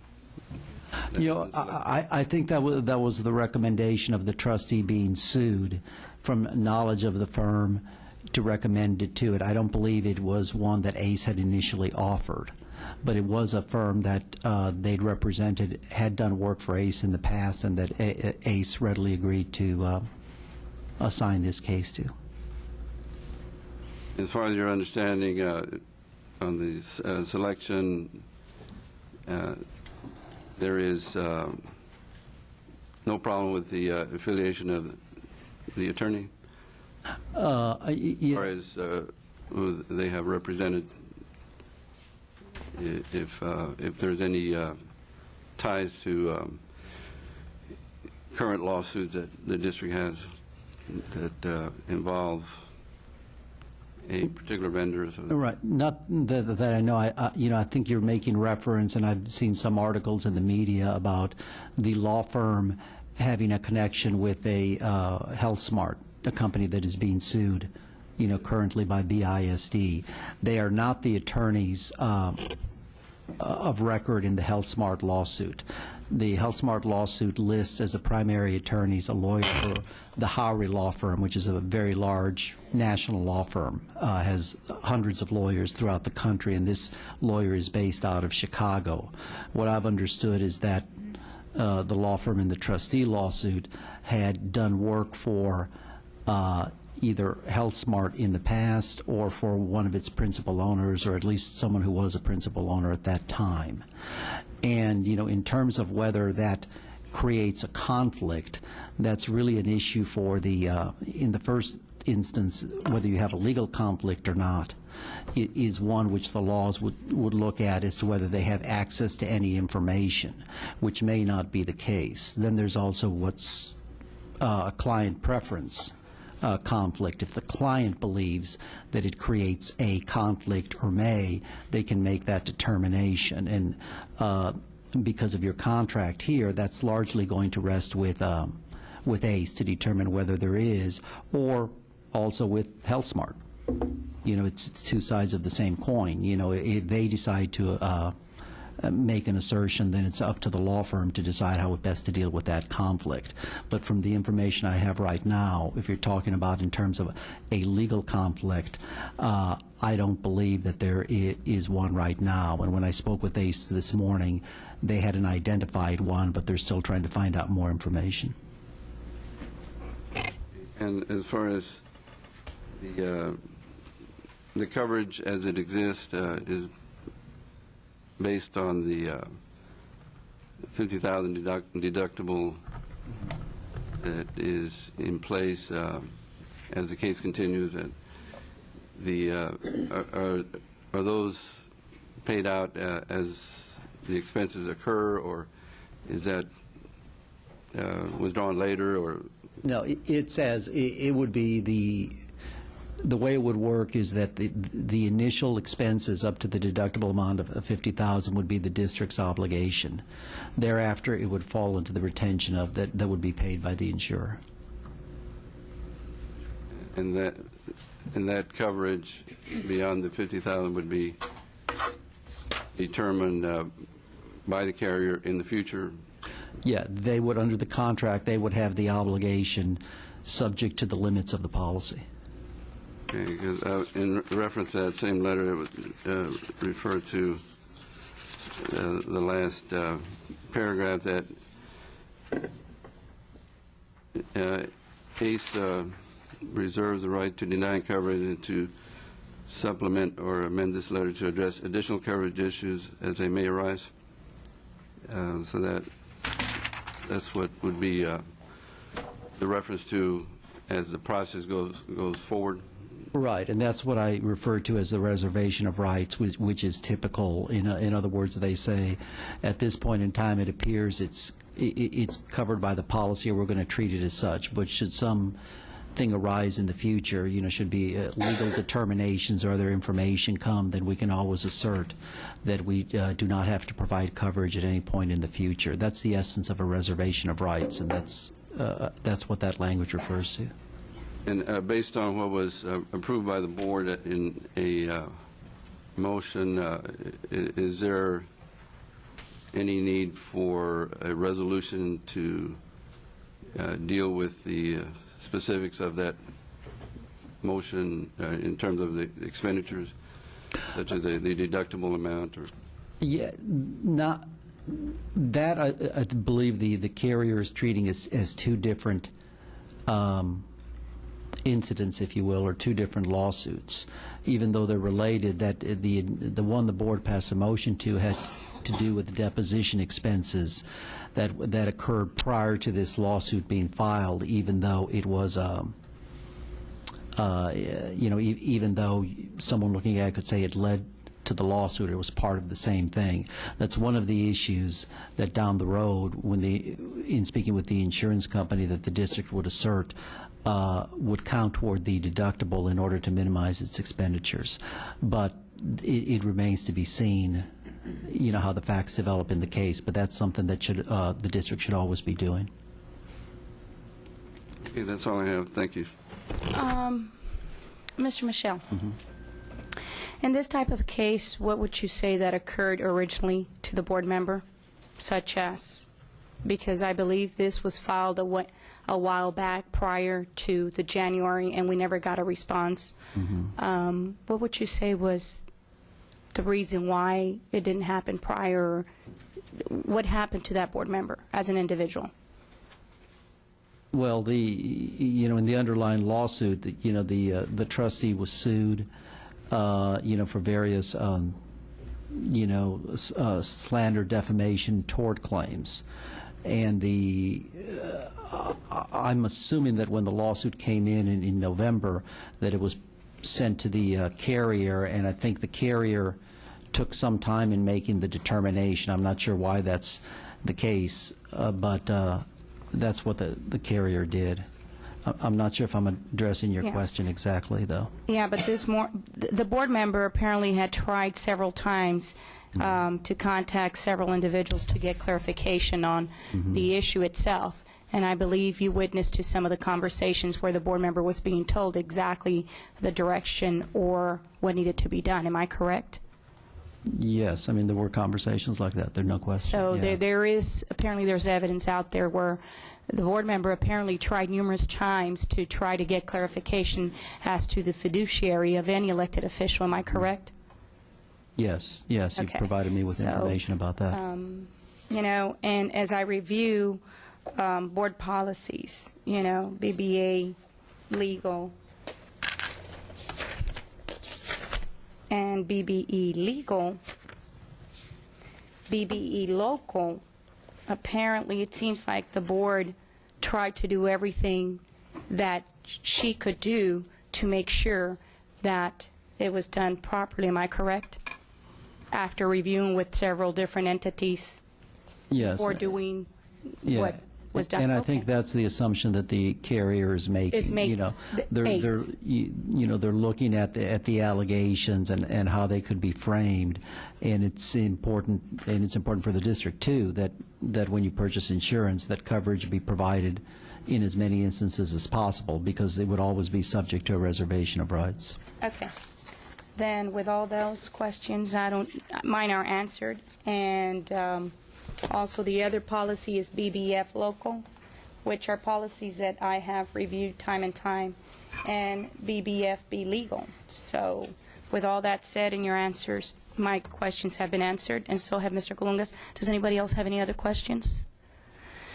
We now move to the next agenda item, presentation of 2011 UIL soccer events held at the City of Brownsville Sports Complex, updated on updates and preparation. Mr. Springston? Yes, ma'am, and we have been working, and I'll let Mr. Guetta go ahead and answer the questions that you have on that agenda item. Okay. Yes, sir. Mr. Springston, Madam President, members of the board, for the number of years, well, first of all, let me tell you a little bit about the regional tournament. The regional tournament is the last step before going to the state tournament. Then 4 teams qualify for the regional tournament, and the winner of that tournament advances. Prior to making to the regional tournament, the team must make the playoffs, first of all, and then win 3 playoff games. For many years, our teams have been going to Corpus, to Austin, and other parts of the state to compete in regional tournaments. And for many years, the Valley, especially Brownsville, have petitioned the UIL to bring some of those tournaments here to the Valley. When we travel out of the Valley, our kids are not familiar with their surroundings. They go play in stadiums that they haven't played before, and they play against teams that have played in those stadiums and are familiar. Basically, we're playing in their backyard. And In addition to that, we are incurring the expense to travel, out of town for 2 or 3 days. So for many years, we have petitioned at the UIL to bring some of those tournaments down here to the Valley. And in 2006, they finally heard us, and they have awarded us, first of all, Brownsville is the host to the Regional Swimming and Diving Championships, which were just completed last weekend. Last year, we had a golf tournament, a regional golf tournament that was held in McAllen and Edinburgh, and they will host that again this year. You're awarded the regional tournament for 2 consecutive years. This year, Brownsville was selected to host the soccer tournament, Region 4 boys and girls soccer teams. So we'll be hosting 8 teams from throughout the state. Well, I should say from the southern part of the state, from Region 4, which encompasses south of New Braunfels to Eagle Pass to Laredo, Corpus, and down to the Valley. And those teams will compete here in order to advance. When the Valley was awarded this particular tournament, and before I move on, I should also add that next year, some Valley City will be hosting the Region 4 5A boys and girls regional basketball tournament. And we expect that to be held either at the State Farm Arena in Hidalgo or UT Pan American in Edinburgh. Those are the only arenas that have the capacity that is necessary for hosting such an event.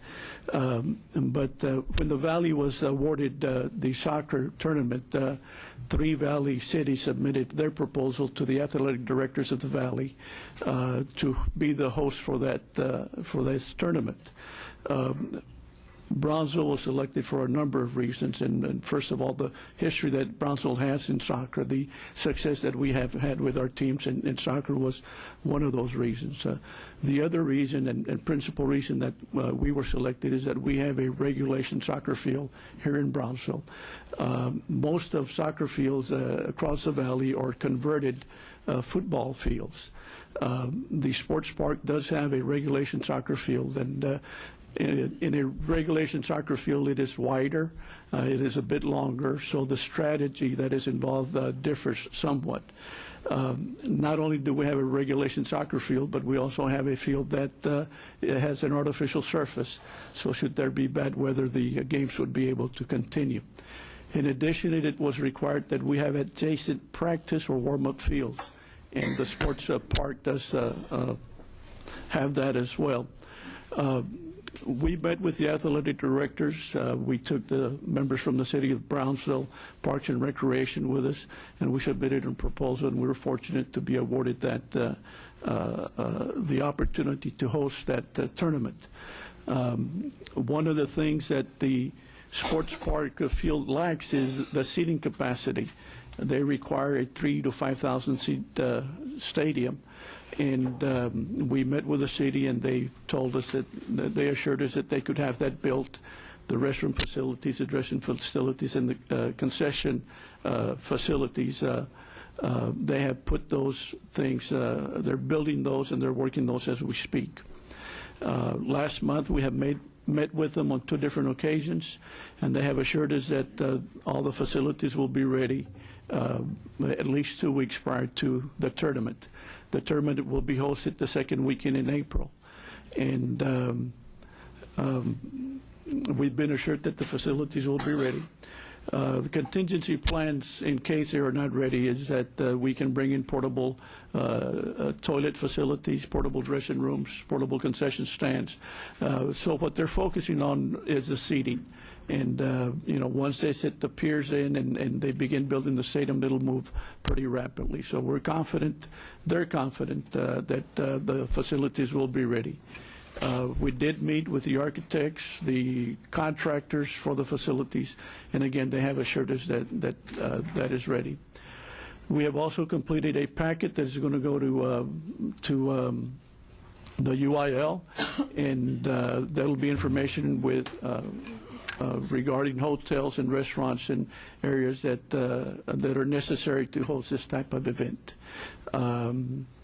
And we're looking forward to that. It's a tremendous opportunity to showcase Brownsville, and it's a tremendous opportunity if one of our teams should advance to the regional tournament to be able to play in their backyard and have the home field advantage that other teams have enjoyed in the past. Basically, that's where we're at. I don't know if there's any questions that I may answer. On this, can you, who's participating on this event? I know that the city is hosting it. The city is the official host in Brownsville ISD. We are the directors of the tournament, and we will conduct the sending out of the information. We will be responsible for the finances, the money that's collected, and the money that is dispersed from those collections, and we're responsible for renting the facility there at the sports park, and that's what we're doing. Okay. So the monies that we're collecting, those are the fees, the entry fees that are... The entry, really, it'll be gate receipts. There's not an entry fee to the teams. They qualify, and these expenses are covered by UIL. We will take the gate receipts and we will pay off whatever expenses were incurred to put the tournament on, such as the rental of the facility and the payment of officials and stadium workers and things of that nature. Then the remaining, then 15% of that will go to the UIL, and the remaining funds will be distributed amongst the qualifying teams so that they can use those expenses to, really for mainly the team that qualifies for the state tournament, that they can use those expenses for that. But the money is distributed evenly amongst all the qualifying teams once all expenses have been paid, and once UIL has received its cut. How often do we meet with a committee to make sure that everything is in place and that we are going to be able to make sure that we're prepared and ready, or to at least to help the city of Brownsville to make sure that we do meet the expectation of preparing for this meet? I mean, how many teams are expected, or how big does this event get to make sure that we are going to be able to put on the show that we want to put, to make sure that they don't go somewhere else? Because I believe this is for a 3-year. It's a 2-year. 2-year? Yes, ma'am. 2-year term. Okay. First of all, as I stated earlier, there are 4 teams, 4 girls teams and 4 boys teams that qualify for the tournament. So we will have a total of 8 teams.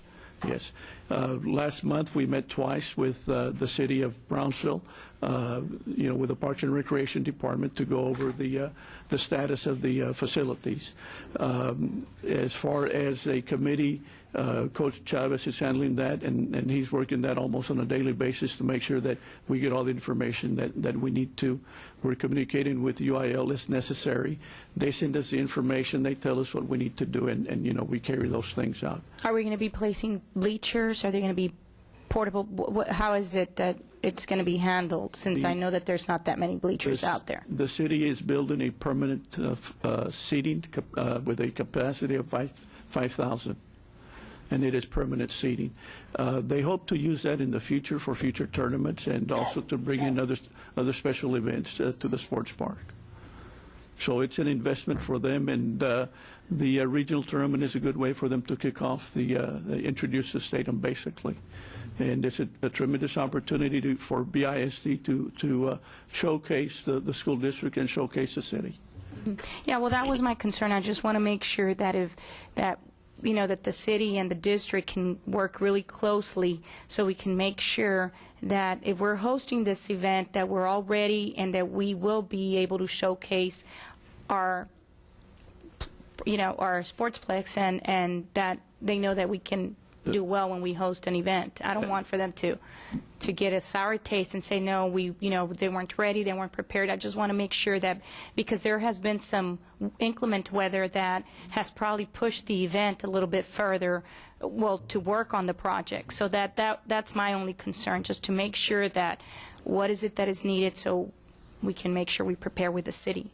Yes, ma'am. We've met with the city. We met with them twice last month, and we'll continue to meet with them. And we go out there and we make site visits. We do have some games that take place over there. We also have our middle school football games that take place over there. So, we are in constant vigilance of what's going on as far as the construction goes. And, as I stated, they have assured us that, it will be ready.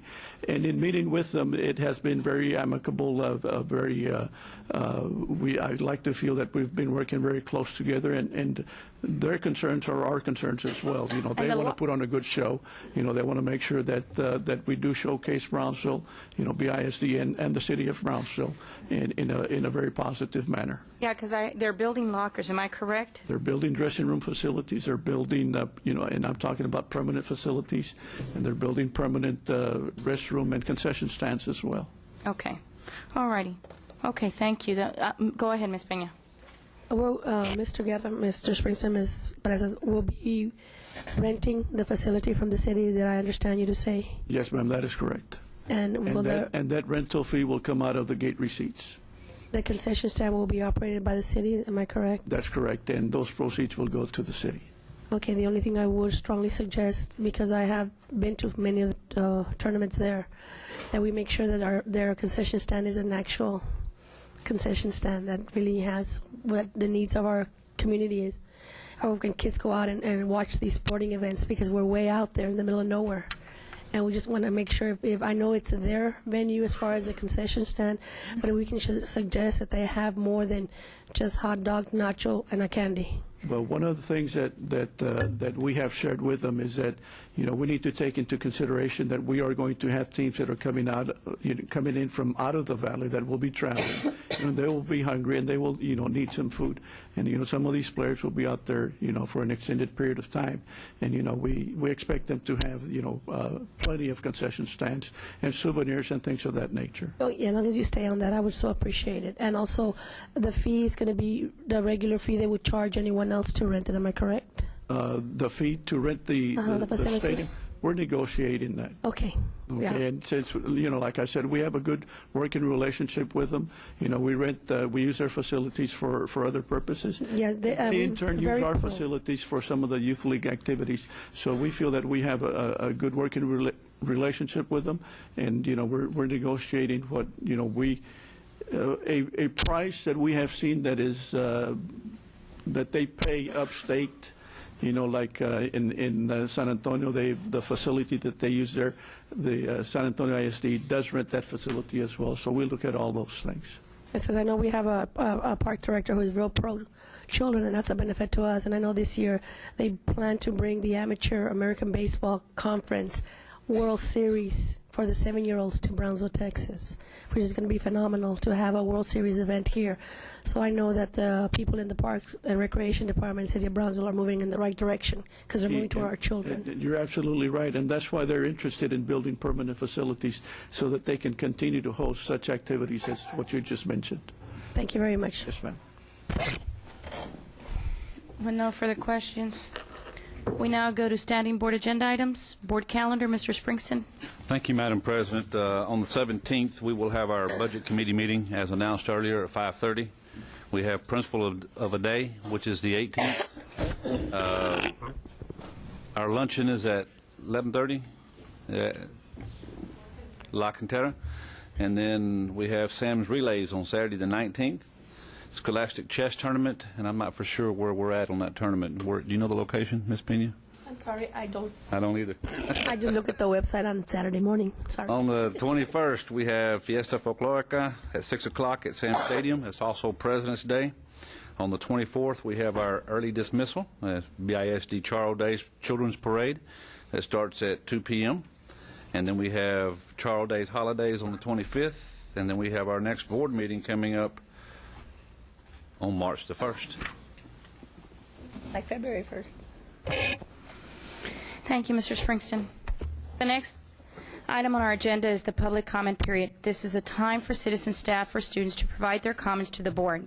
Statements and questions from the audience will not be permitted during other portions of the meeting, so please let us hear from you now if you have comments to present.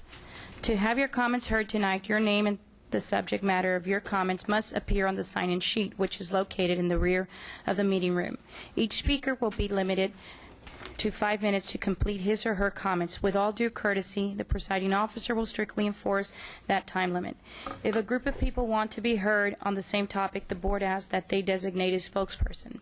To avoid needless repetition, the board has adopted rules to preclude the abuse of open forum by, for example, anyone uselessly repeating the same comment or complaint meeting after meeting.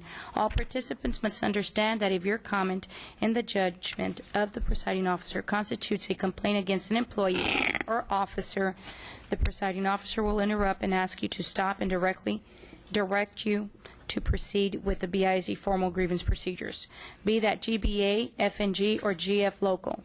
With those cautions in mind, we will now be glad to hear the general comments.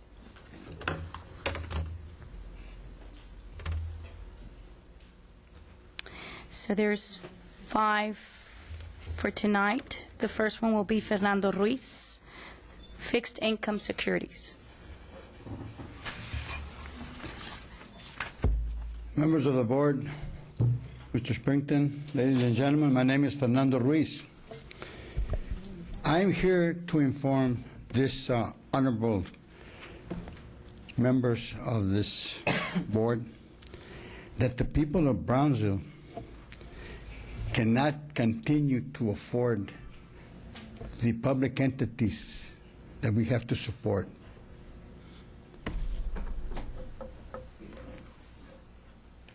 In economies of scale, which are supply and demand, the supply is abundant and there's no demand. So automatically prices fall. And the prices of the properties in this community, in this county, were never reduced. According to the statistics that we received concerning the burst of the bubble, 2004, 2006. Mr. Frutoso Gomez, every time I call him at the appraisal district, he says, well, it's the public entities you should be calling because they're the ones that increase the taxes. Well, then the public entity says, we have not increased taxes in the past 2 years or 3. Of course you haven't. But if the appraisal district increases the value of the properties, that's an automatic increase on the taxes that we have to pay. This is one. Number two, some months ago, Mr. State Representative was here informing you. He never comes to the meetings, but he came to inform you that there's no more money. That we're going to have to cut here and cut there and cut everywhere. But if I remember correctly, when Ms. Richards, at the time that we had the state lottery, this money was supposed to be used for education. And you members, administrators of the school districts, have to get your heads together and say, hey, we want to question you and we want oversight and accountability from you. Why is this so? Well, because, you know, the lottery is playing every day. Oil is being pulled out of the reserves that we have in the state of Texas. Has the price of oil increased in the past, in the amount that the state receives in the past 20, 30, 40, 60, or 100 years? Or are you still receiving the 1/8 that the people that own the reserves get from the petroleum companies? You need to question them. Because, you know, from $30 a barrel, it went up to $160 a barrel for the past 8 years or 10, and we continue to pay we were paying $3 or something for gas, and now we're down, and then we're up again. How much money are we receiving? Who's accountable for that money that belongs to the school district? This belongs to the children of the state. Who are those high-profile politicians over there, or that used to be politicians that are now our lobbyists, that are receiving employment from the lottery that make exorbitant salaries? Who's running the lottery, and how much are they making? So we have middlemans and middlemans and middlemans, but we only have one taxpayer. And the people cannot afford you any longer. You know, they have their belts tight as possible. The public utilities are continuing to increase.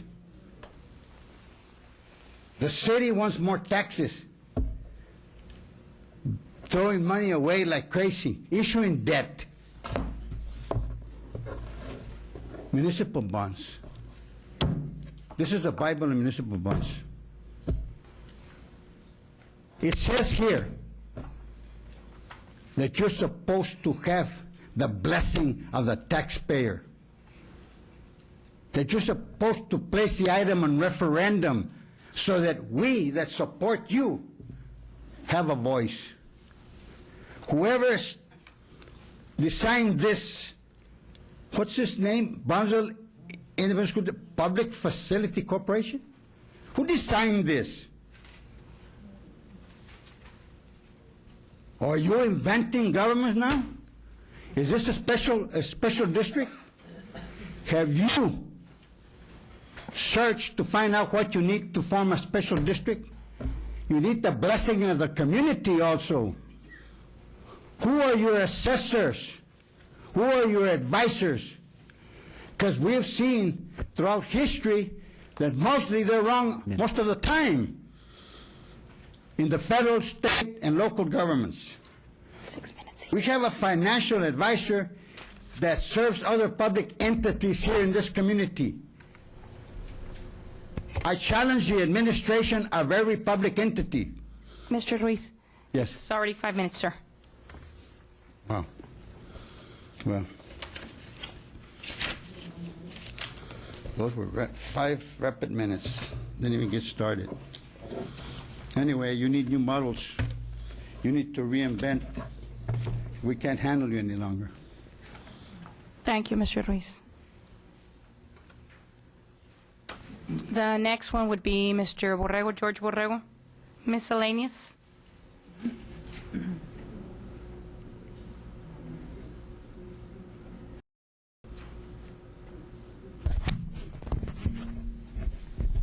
Can you hear me? Good. I hope you all have missed me because I've been out for about a month and a half, almost 2. And I'm doing a lot better, thanks to some operations. I should be back to work in 2 or 3 weeks. And I'm ready to go back to work because I'm tired of all the reruns on TV. I stand here, though at the moment, not literally, but I stand here concerned about some comments that were made in reference to the direction that this district is taking. As far as I am concerned, and as far as a lot of people in this community, the direction that we are taking is fantastic. What more do we want? We got the road prize. The school district is a recognized district. How many schools just made it to the NCEA list? When our chess kids from elementary to high school attend any event, people know that we're there. Oh, it's Brownsville again. We need to be careful. We need to work hard. And I'm talking about New York City, big cities that supposedly had better teams than us. And we're showing them that Brownsville is recognized for a reason. There is talk of a potential buyout, and that, to me, doesn't make sense because our district is headed in that direction under the direction of a superintendent that I believe is doing his job to the utmost of his ability. He's a man of integrity, and he's doing a good job. But notwithstanding that, There is a state statute that if we buy out our superintendent, we have to pay the state a penalty of 3 times the amount that we use to buy him out. So if he's got 2 years left, that's $400,000. Multiply that by 3, that's $1.2 million. Add that to the 4, that's $1.6 million. I would rather have that money for my paraprofessionals and give them a 2% raise instead of doing this. All of you that sit on this board, and I'm sorry I can't face you because I got to get to the microphone. All of you that sit on this board have a financial fiduciary responsibility to take care of the district's and taxpayers' money. This is not the way to do it. We need to settle our problems. We need to work together. The state is on our back. The feds are not far behind. Your time's up, Mr. If we are Borrego. fighting within each other, we're never going to make it. Thank you, Mr. Borrego.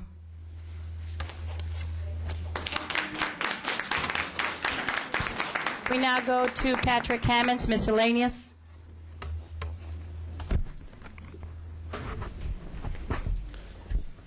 Madam President, members of the board, Superintendent Springston, my name is Patrick Hammonds. I'm here first to speak on agenda item number 20, in which you are addressing discussion, consideration, and possible action regarding the current carrier of the 125 cafeteria plan. As the chairperson of the Employee Benefit Committee, we want you to know that we are well aware of the complaints. It became up in January as a minor concern on the flex cards that AFLAC was supposed to be providing the employees at our February the 9th meeting, a little less than a week ago, last Wednesday. It became a major concern. Administration is aggressive in addressing this at this time. AFLAC has made promises that they have not kept. We would like you to let the Employee Benefit Committee continue to deal with the cards, deal with the problem. We have our next meeting on March the 9th, and we would like to take the consideration of possibly revisiting who our provider is at that meeting. So for your consideration. As the consultative representative for the Association of Brownsville Educators, on a separate point on agenda item number, I believe it's 60. Speaking for 4,117 members in Brownsville. As we all know, we are going through a difficult economic times with the state. It's projected to be a $27 billion shortfall, and education is taking a major lump. Thursday night, administration will be presenting us with 3 budget plans to the community for possibilities, and I believe one's a $50 million cut, one's a $30 million cut, and one's a $15 million cut. This is not the time to consider replacing the superintendent when you're dealing with major cutbacks within the district. It is your purvey and your responsibility to evaluate him. George has already spoken for our position that we are in favor of and support the job that Mr. Springston has done. But when you are looking at all the things that are on the table this time, and until you get through this economic crisis statewide, this is not the time to consider replacing the superintendent. Thank you for your time. Thank you, Mr. Hammonds. The next one will be Jill Graves. Get involved. Good evening. My name is Jill Graves. I am a retired teacher, very happily. My topic was to get involved. With all of the things in the legislature, there are some key sites that I think people need to start touching base with. Some of those are texasisd.com, tasb.org, and tsta.org to find out what is really happening throughout this state.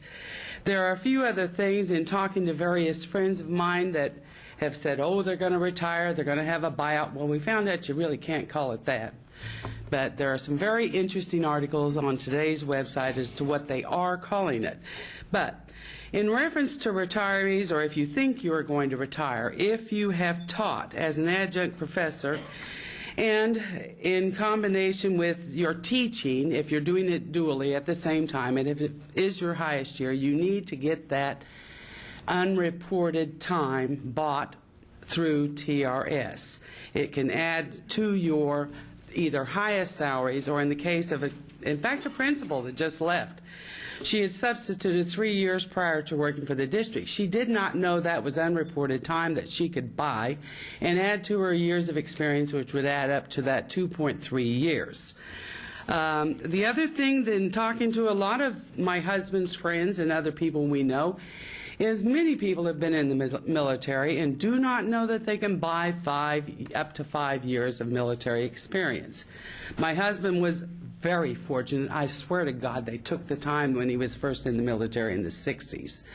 But anyway, he was able to buy 5 years of experience for $10,000, and that added to his teaching experience.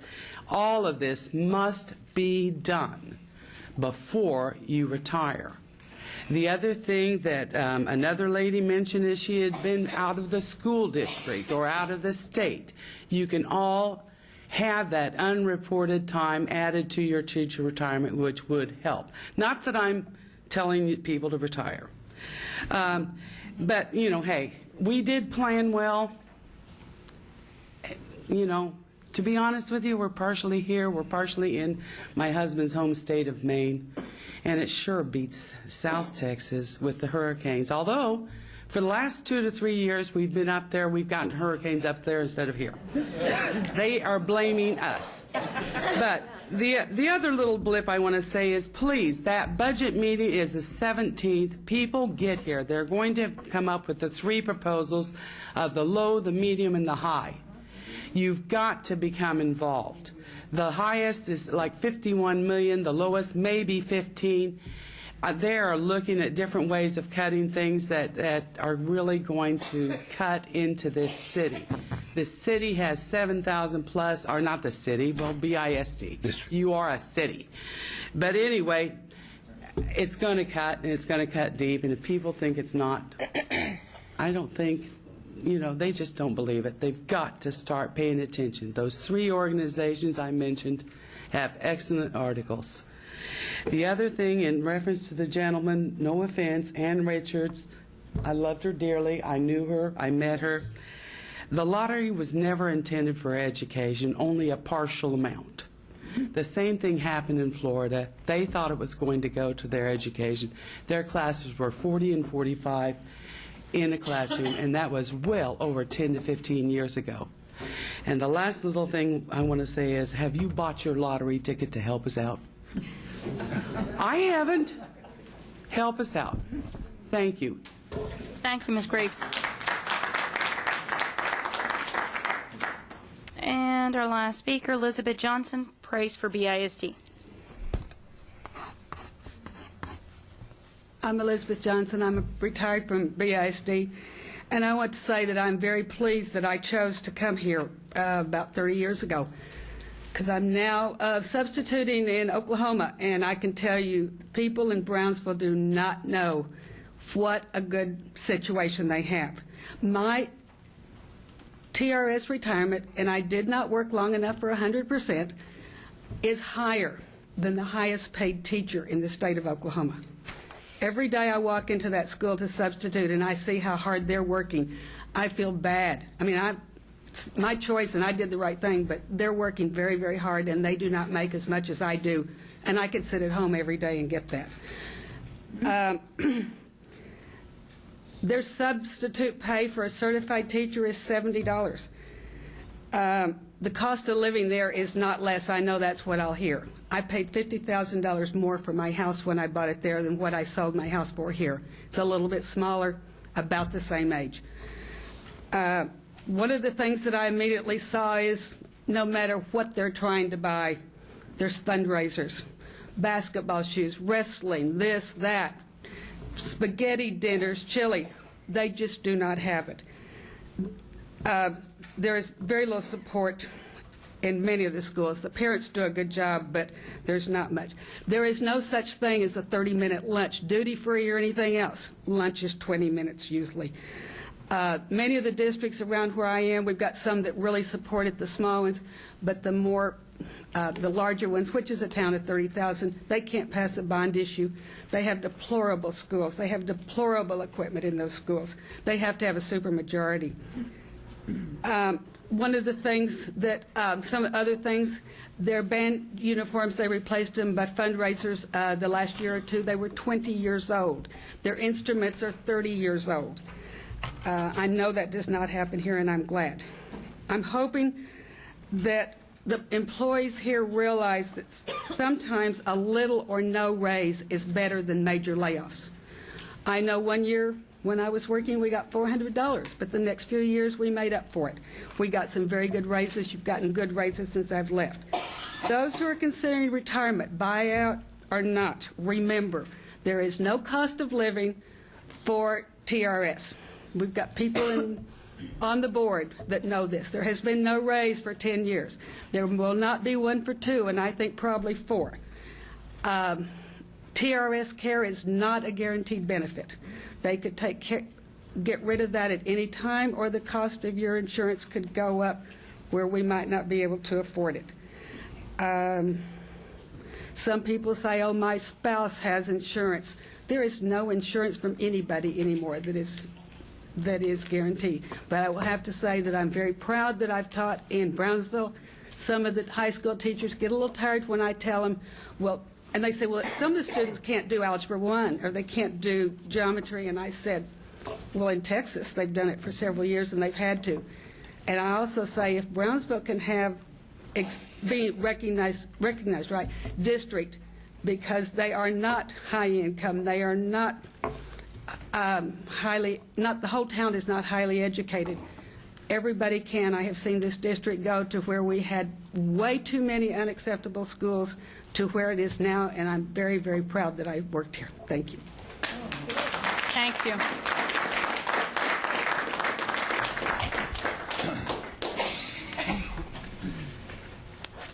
We now go to item number 17, recommend approval to authorize administration to accept the 6th and 7th tennis courts at Porter High School as substantially complete. Hi, Ms. Longoria, you have a question on the Porter tennis courts? I'm okay with it now. Okay. Do I have a motion for approval? Move to approve. I have a second. Second. Motion by Ms. Peña, second by Dr. Saavedra. All those in favor? Aye. Motion carries 7-0. We now go to item number 18, recommend approval to select the competitive seal bid proposal delivery methods as authorized by the Texas Education Code in accordance with Subchapter B, Purchase Contracts 44.035 for the Texas Education Code for Hannah High School Water Loop Project. Ms. Longoria, you have a question on this one? I'm okay with it now, too. Do I have a motion? Move to approve. Motion by Ms. Peña. Do I have a second? Second by Ms. Longoria. All those in favor? Aye. Motion carries 7-0. We now go to item number 19, discuss consideration possible action to have the lead internal auditor along with board counsel to conduct an investigation audit into all matters regarding the issuance of the bonds, including information given to the Board of Trustees, and for the lead internal auditor to report directly to the board. This item is Ms. Peña. Ms. Longoria. Go ahead, Ms. Longoria. Ma'am, I would like for everyone here in the tonight at the meeting, my reasoning for asking for this agenda item or this audit, because in lieu of the information that we received at the last board meeting, we had a lot of unanswered questions, a lot of conflicting answers, and so therefore that brought much concern, and I feel pretty disturbed by everything, how the process, the overall process of the issuance of the bonds and the information that was given to this board. I've been reviewing the documents from Mr. Springston that he sent to TEA, and let me refer to some of the items here that really caught my eye, and that's why I proceeded with this audit investigation. Back in June 14th, they filed an amended application. And then in August 13th, they received a correspondence from TA specifically answering a question that was submitted by Mr. Larry Jordan. The question was, will IFA assistance for the QSCB be based on debt service before the federal direct subsidy is applied or after the federal direct subsidy is applied? Mr. Crockett, Lawrence Crockett, he is the TA financial person, replied, please refer to the new request for applications at the link, TA State Text US. On page 8, under eligible applications, it has the following advisory, and it reads as follows. According to the current IFA rules, the entire debt service is considered eligible for funding. However, specifically for those bonds such as Build America bonds that receive a federal tax benefit, the rules may change to reflect that only the net debt service is eligible for funding. Districts will be notified once the changes goes into effect. So I can't understand why the application was submitted under the gross net, being that they were notified it should be under only the net debt service would be eligible. Another concern is that the application that was submitted, or that the board approved, some of us here approved on December the 7th. It reads, based upon the authorization of the sale of the bonds by the Board of Trustees, the financial advisor and bond counsel submitted the amended IFA application using gross debt service requirements and proceeded to closing on December 22nd. I was not aware, or I don't know if my other colleagues were aware, that this was an amended application. They did not. I don't know if my colleagues knew that it was an amended application. I was under the assumption that it was a, first-time application.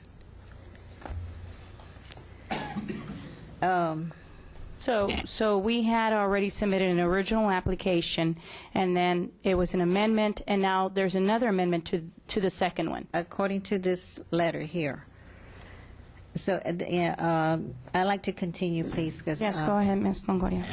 At the last board meeting, I mentioned also that on the calculations of the debt service, without considering the effect of receiving the federal subsidy, the district was scheduled to contribute, as it is required local share under the rules of the IFA program, $841.93 annually to payments of the bond. Now, based on the TA's change policy regarding the treatment of the federal subsidy, the district will be required to contribute $1.514 million annually, representing an annual increase of $659.21 to the payment of the bonds. Over the 18-year term of the bonds, the district will have to contribute an additional $11,862,373 to the repayment of the bonds from its general fund. The Board of Trustees detrimentally relied on the position asserted by Mr. Crockett in his email, and the advisory of the RFA is in authorizing the sale of the bonds. If the TA does not reconsider the treatment of the federal subsidy as it relates to the district and the bonds, the district will have to rely on its general fund balance over the lifetime of the bonds to account for this anticipated increase. This dramatically and materially adverse effect on the district's general fund balance occurs at a time when local revenues are declining and the TA has announced budget cuts in funding of Texas school districts. Several of us board members, myself included, raised this concern that it was a very good deal, but it was not the time to go for this, knowing that the state was already announcing cuts. And let me continue. Had the district staff the financial advisor or the bond counsel been notified of the change in policy of the TA regarding the treatment of the federal subsidy at any time prior to December 7th, the Board of Trustees of the district could have been fully informed of such impact prior to authorizing the sale of the bonds and determined true financial impact and affordability of financing the construction of the 4 instructional facility projects without receiving the full IFA award granted by TA approved based on the approved IFA application. However, in light of the fact that the TA had not informed the district or its consultants and advisors of this change as provided in the RFA, the Board of Trustees of the district no longer has this flexibility. And I do recall the very first time that this was presented to us, several of us and myself, and stressed, and asked, are you sure? Or can you, do you have some kind of assurance that the state will provide the 70% they claim will reimburse the district? And we were told by administration that not to worry, nothing was guaranteed, but not to worry because we did have the IFA monies coming in. So,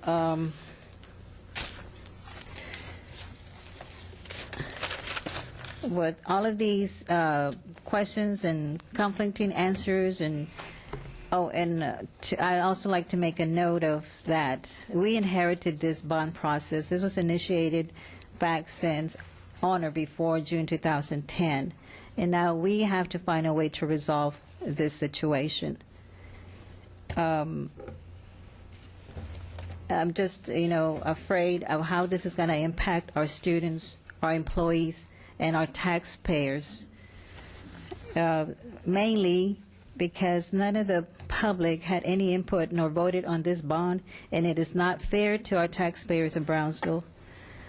Therefore, as a chairperson of the audit committee and as an elected official, it is my duty and responsibility, and all of us here, our duty and ethical morals duty, to vote to ensure that they are not burdened with a $12 million debt due to, or more, due to misleading information and or poor management from administration.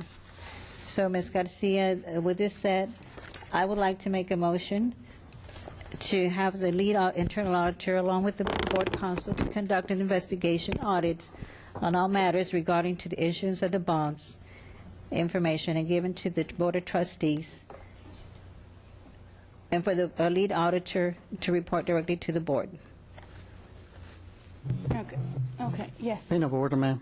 I'd like to make some discussion. I'd like to give the administration, there was a lot of questions in there involving amendments and statements that we were not aware, but I'm pretty sure Ms. Peña, yourself as president, Dr. Escobedo, myself, and Colunga were aware there. So the only two really don't know anything about this is probably Dr. Savera and Mrs. Longoria. And I can understand that. Let me ask the administration, can you answer some of those questions that she's alluding to? Which, First, start with the amendments. I think you said July or June? Well, like Ms. Peña asked at the last board meeting, have you gotten anything in writing saying that the policy changed or the criteria changed? And Mr. Hinojosa says no. Well, we're talking about that you made some allegations, 2 amendments to this case. I didn't make any allegations, Mr. Aguilar. You made a statement that there was an amendment done in June or July. I don't recall. In June 2010. Are you familiar with that, administration? And maybe they can explain what was that amendment? I would rather go with an audit, an investigation, just to have everything clarified. I'm not making any allegations. I'm really concerned. Good question, but we're concerned about where the money is going to come from now. Well, I think that was explained to you already, ma'am. Okay. But I think that the administration, just a minute, ma'am. I was recognized by the chair. Okay. Thank you, ma'am. Go ahead. I think that there's some things that in the discussion that perhaps the administration See, I have nothing against investigation. I like them. Well, yeah, See, no, they well, give you administration good did. results. They've been very lucky with those results. However, they also need to administration, you said the administration knew this. Well, let's find out. Did they know this about this? And if so, then somebody's responsible for this. When we do the audit. That's we can stay here all night, discussing this. Yeah, I'd we rather can stay here go all with the night, audit. but I think we owe it the administration an opportunity to They answer some did of when they this. presented this to us, and back on December the 7th. Okay, so we have a motion. I have a question before, please. Okay, I'm going to go with the last questions, and we have a motion already on the table. Go ahead, Ms. Peña. Okay, as far as her motion is going to be, I noticed that here on the paperwork it says report directly to the board, but nowhere does it say that Mr. Springsteen also will receive reports. So we are going to, I take for granted that Mr. Springsteen will also receive the same reports we receive. Am I correct? Yes, we will meet together. I know it's not on here, but I just want to make sure that that's something that's Yes, of automatic. course. He's part of the the eight. discussion here. Yes, we're a team of 8. Okay. And I'm not. Oh, I'm not As soon done. as I'm Ms. not done. Peña's done, Mr. Colunga, I'll go with you. Not done. Go ahead, Ms. Peña. I have a bronchitis today, so my voice is harder to understand, I know. When you do an internal audit, well, this is an internal audit that we're going to go in and investigate, which is what Ms. Bautista Longoria is. I say Bautista because that's what the B is for, in case no one knows. It's Lucy Bautista Longoria. Now everybody knows. So when she asked for this audit, and our internal auditor will do it, we're talking about Estrada Hinojosa, who was part of this. How on earth are we going to go in and then do any kind of audit with anything in their company? Are they going to let us just walk in and say, knock yourselves out? Or really and truly, I'm asking, as an investigating officer in the past, on what grounds, other than you get a court order or a criminal case, or a court request, how do you walk in and do internal audit? How do we do that? Mr. Michel, go ahead, answer the question. Well, it's.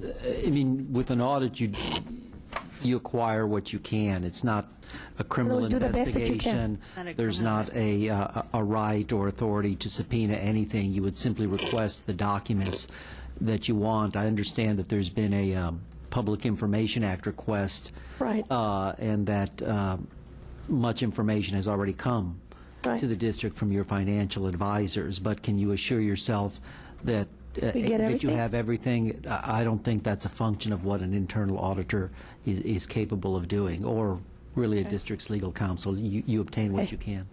And my only concern there is because I don't want to get half information, because then you come out with just a half solution, and then you get more confused than you were at the beginning.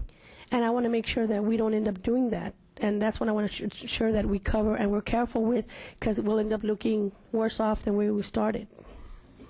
Okay. That's my only concern. Okay, thank you, Ms. Peña. Mr. Colunga, go ahead. Thank you, Madam President.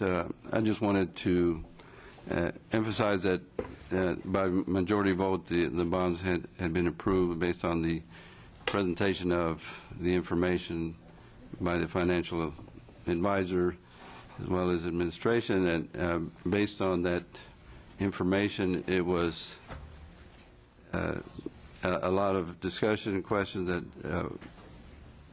resulted in the trust of the presentation being valid to go forward with the approval of the bonds. So I think to do an audit based on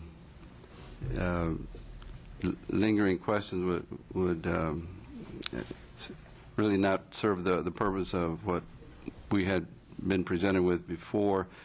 We need to think in terms of, as Mr. Aguilar mentioned, the allowing administration to give us another explanation regarding specific questions and submit it in writing before trying to do an audit. I don't really think it's necessary at this time. Ms. Garcia. Yes, just one last one. Just a quick comment. You know, unlike Mr. Aguilar, I do not like investigations, but sometimes, I understand they are necessary. It's true, I don't disagree with Mr. Colunga, Mr. Aguilar, that, we need to give administration a chance to rebuttal. But, and in most, virtually every audit, there is an administrative response, and I think you can describe your response in detail. I'd like to keep council's involved to a minimal, just because of the accumulating legal fees. Certainly. you know, I understand, if I understand you correctly, Mrs. Longoria, what you want is you want more details as to the process. I mean, we understand that it's already, the ball's rolling. I mean, the projects are already, you know, we've hired numerous people that are involved. You just want more information as far as the process, you know, maybe timelines, correspondence. I don't know. Am I correct? That's what you want. That being the case, I don't really foresee a problem with it, knowing quite well that, you know, the projects are already in motion. But if you want more information just on the actual process, I guess that can be done. On the process, everything that transpired, you know, from day one, from back June 2010, or maybe even before that?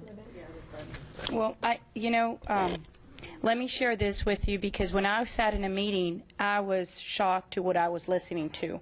I was brought into this meeting, and apparently there had been some communication going back and forth. As a matter of fact, council was also on that. You weren't sitting in the meeting, but you were in the conference online, on the phone. And it bothered me, knowing that somewhere, somehow, some people knew already prior to what was to be expected, and yet we were not told, wait, hold off a little, let's look into a little bit further. So with that said, I second it for the motion. Do all those in favor? Do we have all those in favor of the investigation? If I may, can she please state her motion in detail so we can get it correctly? Because I know what she wants, but I really never saw a motion made or heard. I missed it somewhere. Motion to I said, as chair of the audit committee, I move to have the lead internal auditor, along with the board counsel, to conduct an investigation audit into all matters regarding the issuance of the bonds, including information given to the board of trustees, and for the lead internal auditor to report directly to the board. That was my motion. Okay. You're not going to include, you don't want the process, chronological timeline, any of that? Like, I think you need to be specific, because then if you don't get that and you don't ask for it, I can understand. Because they're very specific. I said all matters regarding the issuance of the bonds. So that's all documentation, matters. all information. Which includes? Yeah, which includes timelines and... Process is what you want. Well, the whole process, the entire process from day one. And the report also will go to Mr. Springston at the same time. The report, no, she's going to report directly to us. Then we will meet with Mr. Springston. I understand, but I would like to add that report that comes to us also goes to Mr. Springston at the same time. No surprises. I don't. They're not surprises, Ms. Peña. The board, the internal auditor does report to us directly. I'm not keeping any surprises. We are going to share everything with him. Would you have a problem if he got the report at the same time we did and we all looked at it at the same time? Why would that bother you? Because he might look at it before we do. That's my concern. So you're accusing him? I'm not accusing him. That's his job, man. This is what we'll do. Well, I think that what we can do is go ahead and get the investigation going with the internal auditor, get all documentation, all information, all logs, whatever pertains to this project, and then when she will host a audit meeting, and whoever wants to attend, then they can attend. He will be present during the audit, and that audit report will be presented to us at the same time, all of us together. Yes, she will call up the meeting for the audit committee, yes, and then we can discuss it, go to executive session, and so forth. That's all I want. I'm not keeping anything from him. He already knows what happened, so there shouldn't be any surprises. The ones that are surprised are us, because of the money we're going to have to pay now. I know what you're saying, but you have to be that's going to careful. affect on the employees and the taxpayers. But you have to be careful when you accuse someone. I didn't accuse anyone. You're the one accusing. Please, okay, so motion. I did not accuse anyone, Ms. Peña. Thank you, Ms. Longoria. I have a motion by Ms. Longoria. It's clarified that her motion was to start the investigation, to gather all documentation, all information that was relayed between one party and another. I believe that council will also be reviewing some of the information as well, because he's got some of the information already, if I'm not mistaken. Am I correct, Mr. Michel? Some of it through the Public Information Act request. Oh, you had to go to public information? No. Oh. There was a request made, and we've been accessing some of the documents that I think would be relevant to this. Okay. So, yes, Ms. Longoria. I'm sorry, go ahead and finish, and I have to make a comment. Okay, well, I was just reiterating your motion to go ahead and gather. No, it doesn't have to do with the motion. Okay, so we have a motion, and for clarification is gathering all information between documentation, emails, any phone call logs, whatever has been shared between administration and every entity that's been out there.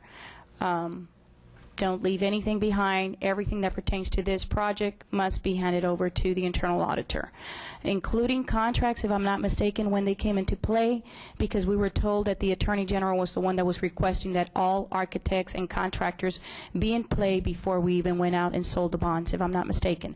So with that said, motion by Ms. Longoria. I second it. All those in favor? Aye. 4 yeas, and that is Dr. Saavedra, Ms. Longoria, myself, and Dr. Escobedo. All the nays? The reason and I want to state why I'm saying no, because at this point, at the tone that this is taken, I'm not sure this is actually an investigation or a witch hunt, and I would not participate in any such thing. And that is my personal opinion. That's how I feel, so I want to clearly state no, because I don't think it's being geared the proper way. Thank you, Ms. Peña. Go ahead, Mr. Aguilar. Thank you, ma'am. Thank you. And also, I voted nay simply because some of that information has been given to some board members that are present here before. Now, if you didn't remember or you don't recall or you didn't ask those questions as that information was given to you, well, then why are we here? Except with Ms. Longoria and Dr. Saavedra. Okay, thank you, Mr. Aguilar. Go ahead, doctor. I'm sorry, you were next. Go ahead, I'm sorry. Go ahead. Go ahead. Just a quick comment. I mean, I voted in favor because it's an audit. You know, Margie does audits constantly. There's some questions, some issues, some, well, may or may not accusations, I don't know. I'm in favor of just finding the truth. This is by no means a witch hunt, so Mrs. Peña, and to everybody that's listening, this is not a witch hunt. At least I did not vote for a witch hunt. I simply voted for an audit that's done. Margie our department does audits continuously. Regularly, This monthly. is another one of many. By no means is it a witch hunt. Then I want to apologize. It's just when I hear someone say, well, maybe he's going to get it before us, I feel uncomfortable that you don't trust our people, because you are blaming our auditor not doing her job right. When you say, well, maybe he'll get it before us, you're accusing our auditor of not doing the proper procedure. So I apologize because that's not what I meant. I just feel that we already have all the information, so why waste our auditor's time in an audit when we can just get all that information and give it to us, because it all already exists somewhere. All that information is already compiled somewhere. We can just get it and be brought to us. Thank you, Ms. Peña. We've already gone over it, and we've already put clarification out there to the public. This is no witch hunt. This is just there's unanswered questions. Again, I already apologize. Thank you, ma'am. Thank you for the apology. And if we, Mr. Springston, Ms. Flores is out there in the public, I believe. Maybe she can reiterate to the public how we do audits on a yearly, monthly, weekly basis, just for clarification, please, because we do need to put closure to a lot of unanswered questions. And I know that she's been in the profession very long, and she knows how to do her work in a very professional manner. Go ahead, Ms. Flores. Thank you, Madam President, members of the board, colleagues. It's a pleasure for me to be here, and thank you for your confidence in our department. This is a team that is going to be conducting this audit. If you so desire, and this is probably something that we will develop an audit program just like any other audit. Now, I want to just clarify, this is on the agenda probably because we already have an audit program, and this was not in the original audit program. So we are just trying to follow the approval from everybody. Now, this is not something that I don't think that is meant in a negative way. If everything's out there, all the documentation should be brought up. If there are questions, if there's findings, administration has that right to answer. We would check with management and find out, what were their responses in reference to this finding. We will never bring anything to the board without any management responses, and that I can assure you. Our reports for investigations go directly to all of you, including the superintendent. So just for clarification purpose, that's how it's worked. And we will keep you up to date on our weekly letters as to what we're doing, the status of the investigation. And we always have open doors policy from management to give us all the information, so we have no problems at all in that area. And, working in collaboration with the attorney, I think it will be definitely beneficial for us to conduct this as effectively and efficient as possible. Are Thank there any you. other questions from the board? Yes, if I may. Thank you. Go ahead, Ms. Peña. And Ms. Margie, for what it's worth, you do an excellent job. And you know I've always commended you on that. Thank you, Ms. And I Peña. know that you do everything properly and correctly, and you stick to what you're told to do, and I've always admired you for that. Thank you, So ma'am. I wanted to be known that you do your job well, and you don't go beyond or under just what you're told. That's why I like for people to be direct with you. That way there's no confusion in what is expected of your work. But thank you for what you do. We have a lot of trust in you. for Thank you, that. ma'am, and I appreciate that. Oh, Ms. Longoria, you have one more comment? Yes, I just want to clarify to Ms. Peña.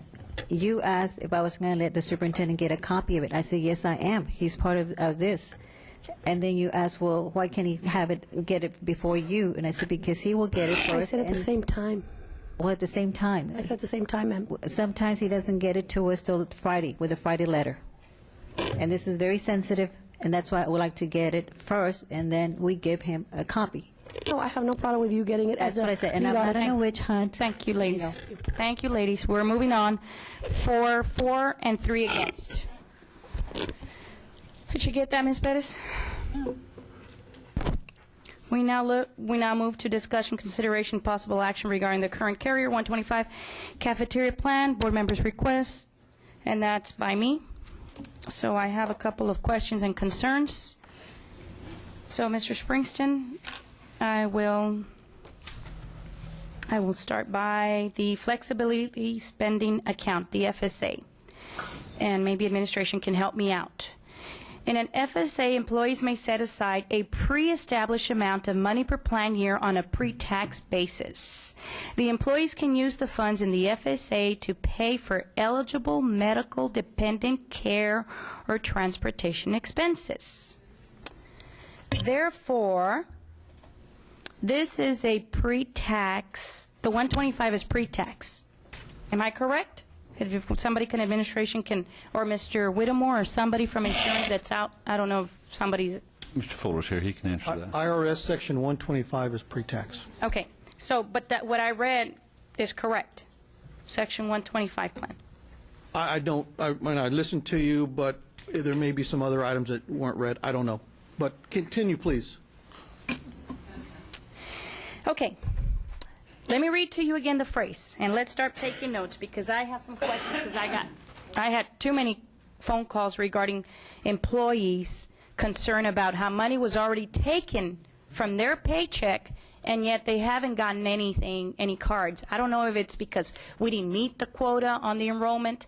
Those are things that I think administration needs to answer.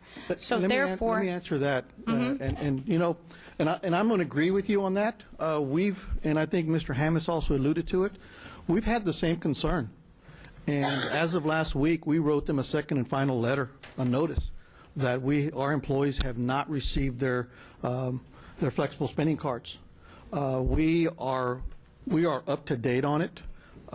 Myself, the EBC Employee Benefits Committee has met. Mr. Whittemore has had discussions with, I can't remember his name, with the AFLAC representative. And as of Friday, we received all except 11 employees. So like I said, we're on top of it. And I do agree, we've had complaints. We're dealing with the complaints. And we have received those cards as of Friday. oh, go ahead. You have a Just, question. you Go know, ahead. maybe in this essence of saving some time, I mean, obviously, you know, this has not worked out, like, whoever made this decision, it has not worked out as they expected.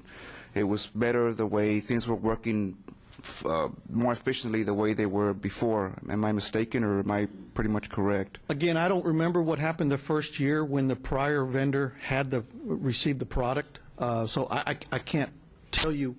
Now, after they got the kinks worked out of it, the second, third, fourth, fifth year they received it, yes, it probably ran smooth because it was already established. But the first year, I do not know. Right. Again, we're on top of this. It's not new. We've got the complaints also. Because And my we're working follow-up with it. question was going to be, and I appreciate your answer, my follow-up question was going to be, if we were better the way we were, can we go back? First of all, there may be some sort of IRS implications to the district, to the employee, to the vendor. I do not know, because right now, this is a one calendar year plan.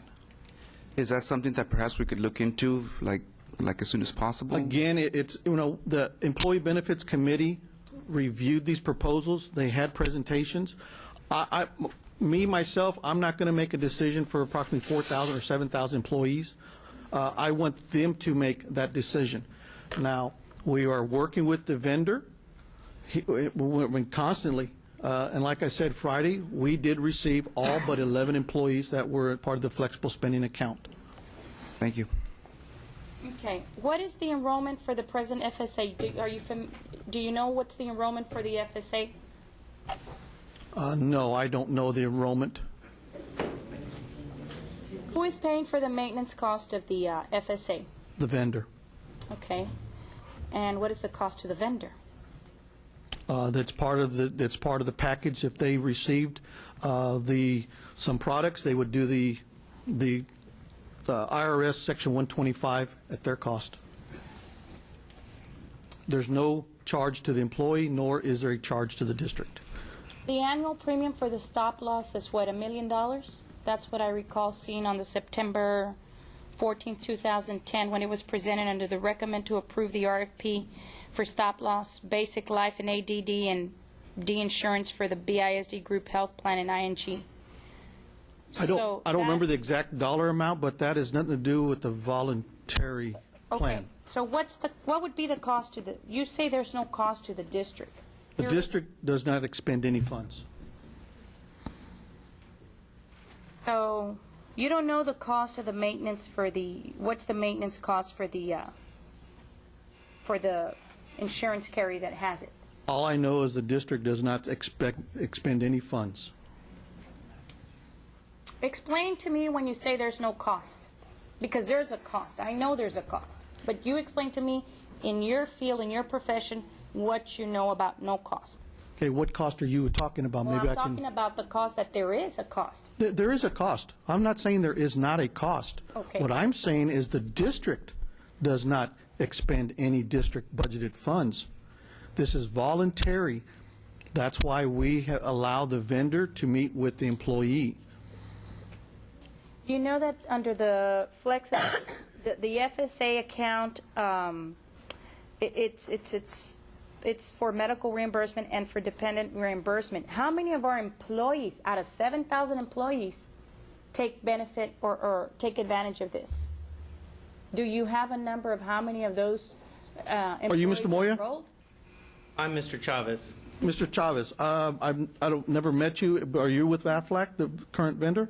My name is Dion Chavez, and I am a manager representative with an insurance company that might be able to help answer some of the questions, sir.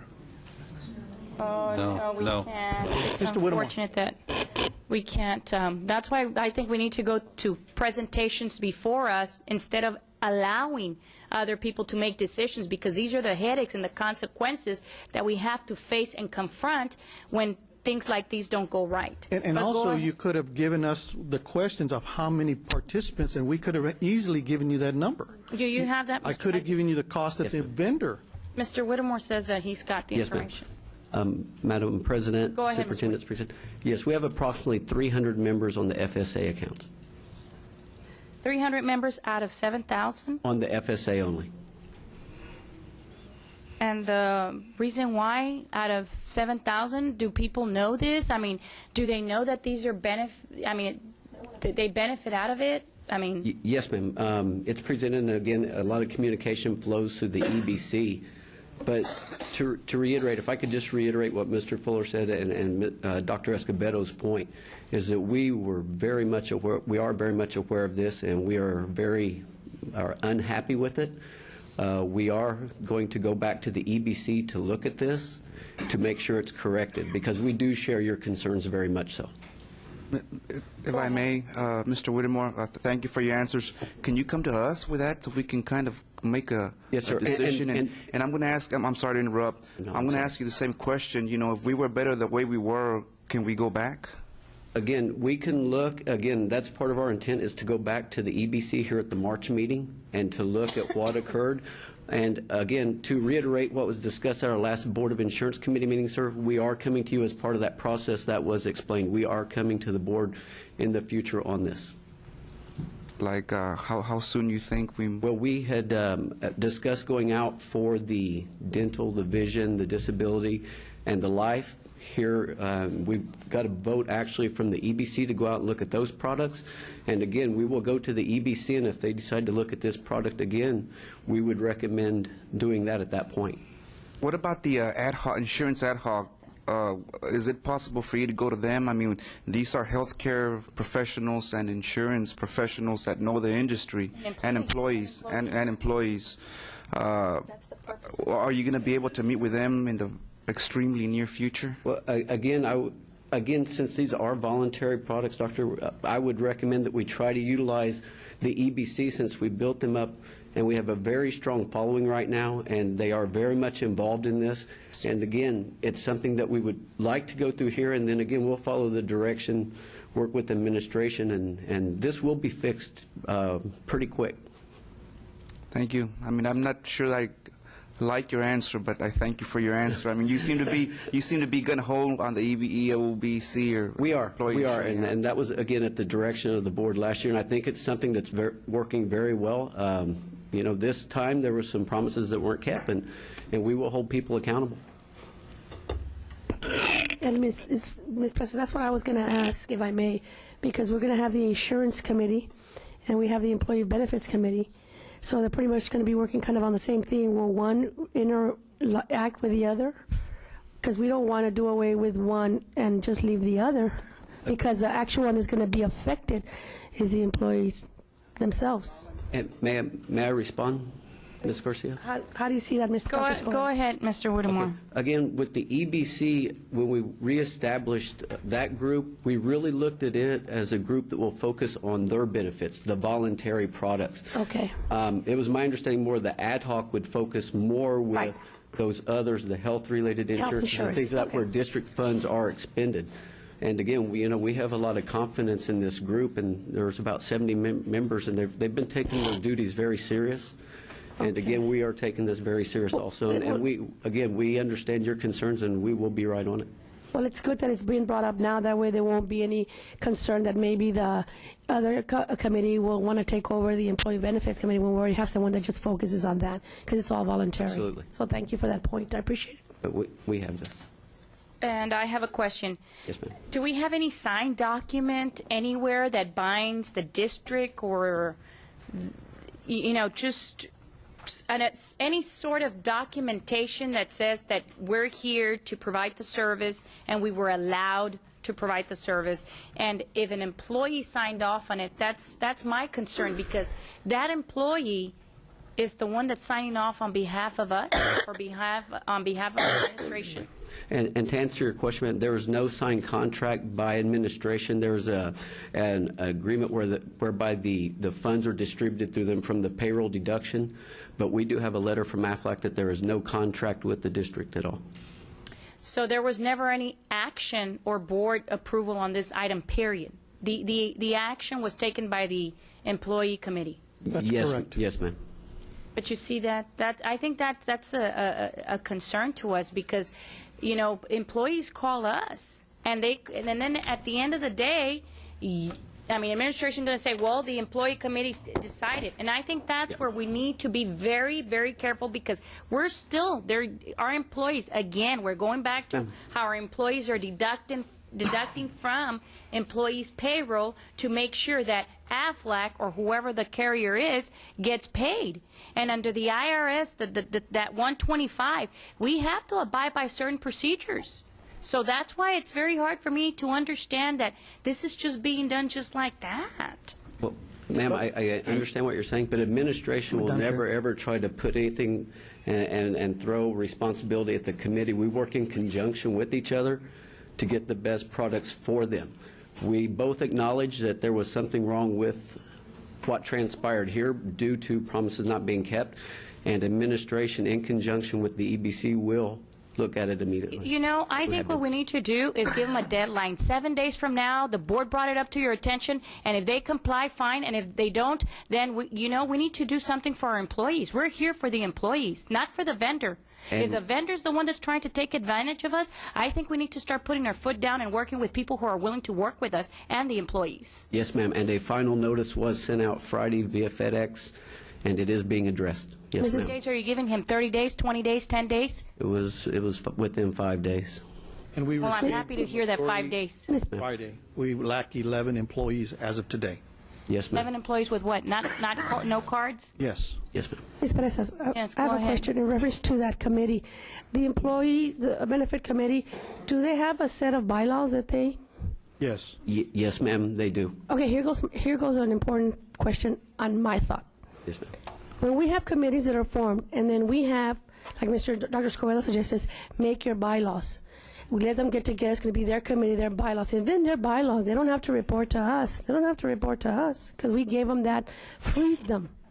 So if we would like for every committee to report to us, we might want to, no other way to put it, mandate that somewhere in your bylaws, please put in that you'll report to the board. Because if we give them the freedom to run and they don't put that in there, then they're in essence not doing anything incorrect. And then when they come complain to us, well, we don't know what's going on because no one ever presented it to us. At least make a presentation or something. I don't know what you guys think. To answer that question, on the January 28th insurance committee meeting we had here at 1 o'clock in the afternoon, that was part of our presentation. We gave you a set of procedures we're going to follow. Right. And that was, on the very end, we were going to bring to the board agenda item for your concurrence. Also, I think Ms. Longoria put in there that they wanted to see a presentation or some sort at an insurance committee meeting prior to But that. these are for future action, not for the Right. past. Right. I'm just talking about in the past. That's why it happened, because it wasn't in there. It will be there in the future. Yes. But it wasn't in the past. So I want to make sure that all the other committees that we're creating, because it will be a total of 4 meeting every Thursday of the month, once a month, 4 meetings, that make sure that that kind of gets integrated into all the other bylaws, just to make sure, to keep us abreast. That way, if someone has a complaint or concern, we're not in the dark. And I think we're going to run it kind of like the Bond Oversight Committee. Mr. Butch Barbosa comes in That would be the second excellent. meeting, I believe, or whenever it is, and gives you kind of a synopsis of what was transpired at their meeting that on the would be first Thursday of the excellent. month. Thank you. Again, if they're advisory, and that's what we plan to do with these other ones. Thank you. That would be excellent. Well, Mr. Fuller just kind of said what I was going to say. Since the beginning, the idea was to mimic the formalities of the Bond Oversight Committee and the way they meet and report to us regularly. Thank so you. that's in the program. And I think the Employee Committee, their bylaws are fairly recent, aren't they? Approximately a year ago. A year. And how old is the committee? Oh, the committee's years old, but really, we beefed it up about a year and a half ago, year and 9 months ago. When we started forming the new committees. Correct. Yeah. Okay. Thank you. Go ahead. I just want to say that I'm so pleased that the administration is on top of it, some of these complaints. I think we can move faster on some of this. If board members will receive some kind of complaint or concerns by employees, that we should immediately call the superintendent or people involved and not drag it on, then just bring it out here to the board and make all these presentations when it could have been done earlier by reporting to the administration. This is out there, concern, look into it. If the administration does not look into it, then bring it before the board.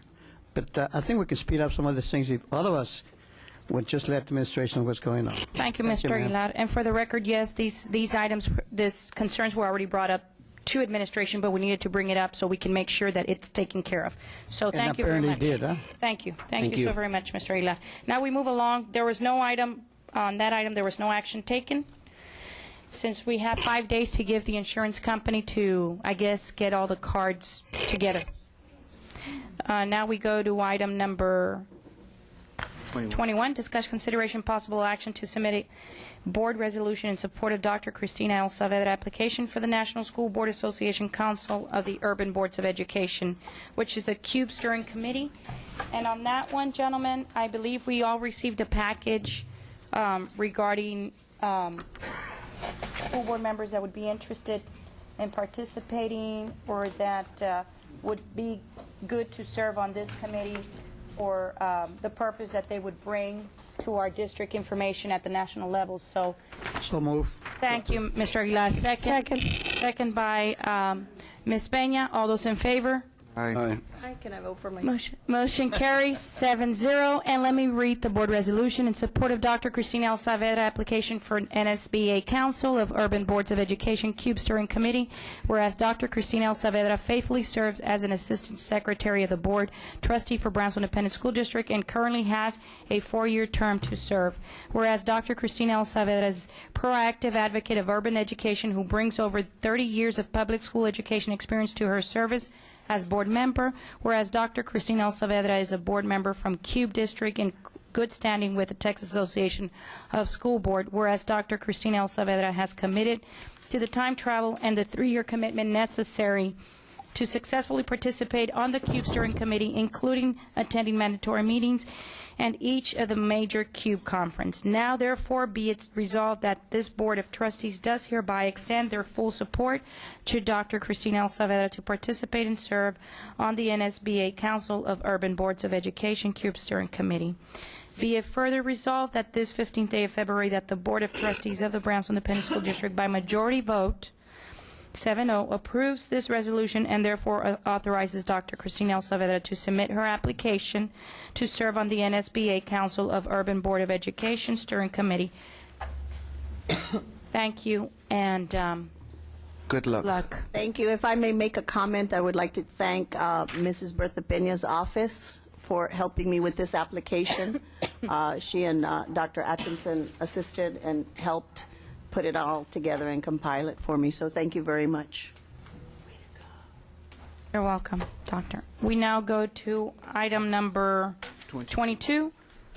Recommend can you go on that one?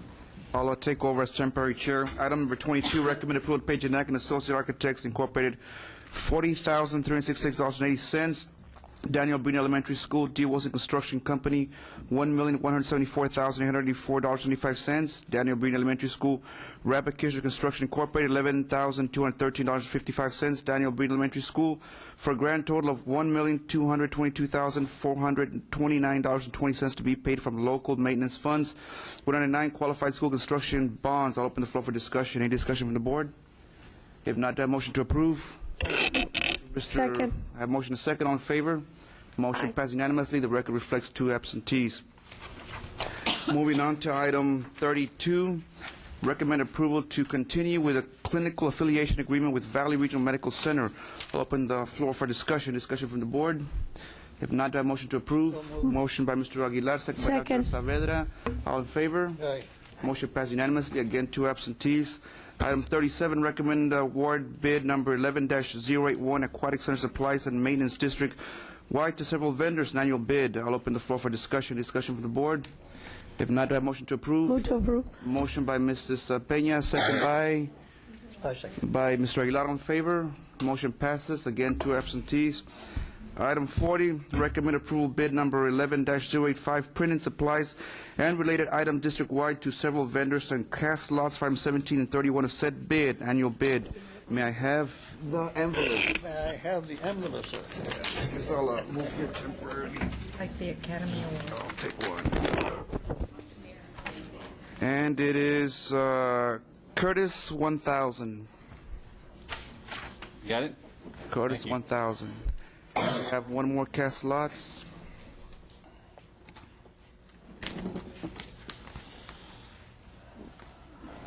Item 31. 31 of cast lots, again an annual bid. And the winner, the lotto winner is again Curtis 1000. Do I have a motion to approve? I have a motion by Mr. Aguilar, second by Mrs. Peña. All in favor? Aye. Motion passes unanimously. Madam President, it's all yours. We're on item number 47. Recommend awarding bid 11-093 plumbing supplies district-wide to several vendors and cast lots for item number 33 of said bid.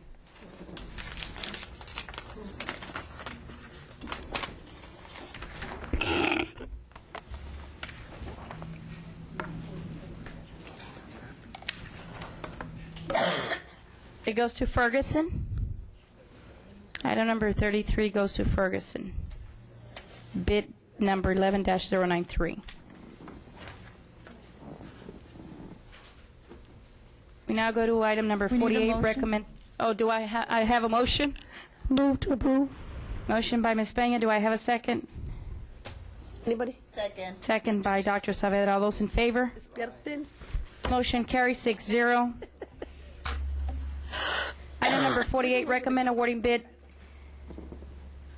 Item number 11-094, security equipment installation and repairs for alarm and CCTV district-wide to several vendors. Ms. Longoria, I believe you have a question. Yeah, I was just wondering if it would be possible to rebid this item, being that maybe some of the equipment might be outdated, or maybe we could have more modern technology. Okay. And I was looking for my page here, and I lost it. My computer froze on me. I don't know what page number it is. So you motion to go out for rebid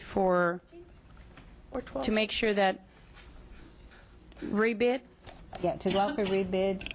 Make sure that it... Using appropriate criteria of modern security system. On what grounds? I'm sorry. That's what I'm trying to get. Can we What do- page is it on? We have Chief Garcia here, and we have our person department here. We can hopefully answer your questions that you may have, Ms. Longoria. On the technology, what's the latest technology? Are they using older equipment? The newest technology. And I believe the vendor is also, what kind of a server are we using? Is it a DVD, DVR, or what kind of a server is it? Thank you, Chief. Thank you. Good evening. Madam President, excuse my voice a little bit here, Mr. Superintendent, members of the board. And you're asking the type of technology that we're currently using. It's pretty much with standard industry technologies. It's a very good technology for school environments. As a matter of fact, these cameras that we currently are in place are the highest standard technology that we can install at the resources that are allocated for this type of program. So our newer schools actually are one of the most modern technology programs that we have in terms of CCTV. We're actually using now a technology that is going to incorporate into our MDTs, the mobile data terminal, into the patrol car, where the police officer, the security officer responding to an alarm will be able to, through an IP address format, we'll be able to access that particular school that has that technology. So it's fairly recent. And this equipment, if it breaks down and all that, where's the vendor? I believe the vendor's out of Corpus, Houston area, somewhere out there. These vendors are local vendors. They're McAllen-based, I believe, the vendor has been recommended. And they have several technicians that do go out throughout the valley and currently use that service. And did we check also on the hourly rates? Hourly rates, I believe, are very compatible to the other providers in the area. I know that I had seen the hourly rate was higher. That's also, that's my concern. So we could go out for rebid to make sure that it's a little more competitive, and that I had that concern. I know that my system right now is. This is a cluster bid. I mean, it's a turnkey operation. That way we get the camera from a vendor, we get the installation from that same vendor, we get any parts, connectors from that same vendor. It's turnkey. That's why you see it presented the way it is. Mm-hmm. If you start picking and choosing, well, the vendor may not want to install someone else's camera for whatever reason. It wouldn't be wise to do that. So that's why it's a turnkey operation. We have one vendor, they go to the site, they do the repair, or they do the installation. That's why it's presented as a cluster bid. Ms. Presas? Go ahead, Ms. Peña. Is there a concern that maybe there's some... Mine is the hourly. I had a concern on the hourly rate. I had a concern on the actual equipment, if it was a DVR or DVD or it looked like it was somewhat some type of an older equipment versus the most antiquated system? Yes, and if we're going to be spending money, I think we need to make sure that our money is going to be going well. if I may ask the chief, is this for our patrol units? Do we do video in our patrol units, the machinery? Actually, this is a little different than the speed camera you're referring to, the traffic. This is a very, very unique system that we're incorporating currently into the existing systems that we have. And the MDTs, as you're very familiar with those MDTs, will allow us to download an image from, like, for example, Veterans High School, because they're all IP-based formatted. And so we'll be able to... the systems will be compatible? Excellent. Oh, yes, absolutely. For modern, well, again, this is really what's called a smart system. And it's really up to date and very modern technology. As you very well know, technology probably will change next month. This is a constant, very by fluid. the minute. Yes, ma'am. And by so the minute. we try to stay at the cutting edge. You know, Right. law enforcement is always looking for ways to be very proactive in terms of minimizing crime. That's the whole point of a CCTV program, is to use it as a tool. And for investigation, et cetera. And we've been very fortunate to have a really good system lately that supports not only the MDT in the patrol car, but in the servers and all these other areas that are very vital to our security systems. So you've looked around and compared? Yes, and absolutely. the system that is being recommended tonight is something that you feel comfortable working with and will be enable you to do your job? Absolutely, and as a matter of fact, we did tweak up a little bit the bid this last year, or this go around, to add the newer components, to add the megapixel systems, and to provide a better proactive approach to all of our CCTV programs, existing programs. And these are digital video recorders. Yes. So this is the latest technology. I don't believe these vendors are going to stay with VCRs. VCRs are practically gone. They're obsolete. Right. Yeah, so no, I'm not sure in these the vendors are pretty much the edge of technology, the cutting edge of technology. I don't see a vendor selling old equipment because I think they would be left Well, behind. go ahead. Well, let me finish. That was my question. Like, if my colleagues here have an insight on something that this company might not be forthcoming with and upfront and have good equipment that we're going to receive for the money we pay for, well, I'd like to know, because other than that, I don't want to second guess our chief of police. And I know you have people in your facility that are working with computers every day, and you've got people that are pretty much, that's all. Some people are born with that gift. Oh, yeah, absolutely. So I know that you go through them to make sure you get the proper equipment. That's why I want to make sure. Is this something that you've looked at hard and long and are comfortable with taking on as part of your equipment? It's almost a daily occurrence in the field of criminology or law enforcement, actually, where the technology is constant evolving. And so one of the things that we're doing here, just FYI here for your information, if you've seen our communications, our dispatch, our command center, we now have capability of actually routing a lot of those images to our dispatch 24/7. So it's happening in real time. And so this technology really is at the cutting edge. And of course, it'll probably change. Tomorrow morning there's going to be a new The people are working in their router, garages trying to figure it out. I have Thank a you, Chief. question. Yes. Oh, go ahead. And Doc. I guess we always are faced with this. I'm looking, there were 19 And only vendors 3? that notified and only 5 responded. Call for rebid. Is that like an okay number? You're satisfied with that? It's common, because I think if you go to some of the prior bids, I think we had one bid respond, or one bidder respond. So it's common. Some of these folks or other bids may be out of town. They don't have a local branch. Okay. I mean, I don't know, Yeah, but these whatever are from the case may McAllen. If you look on page 414, you got McAllen. Houston is that other one, and then you got Harlingen.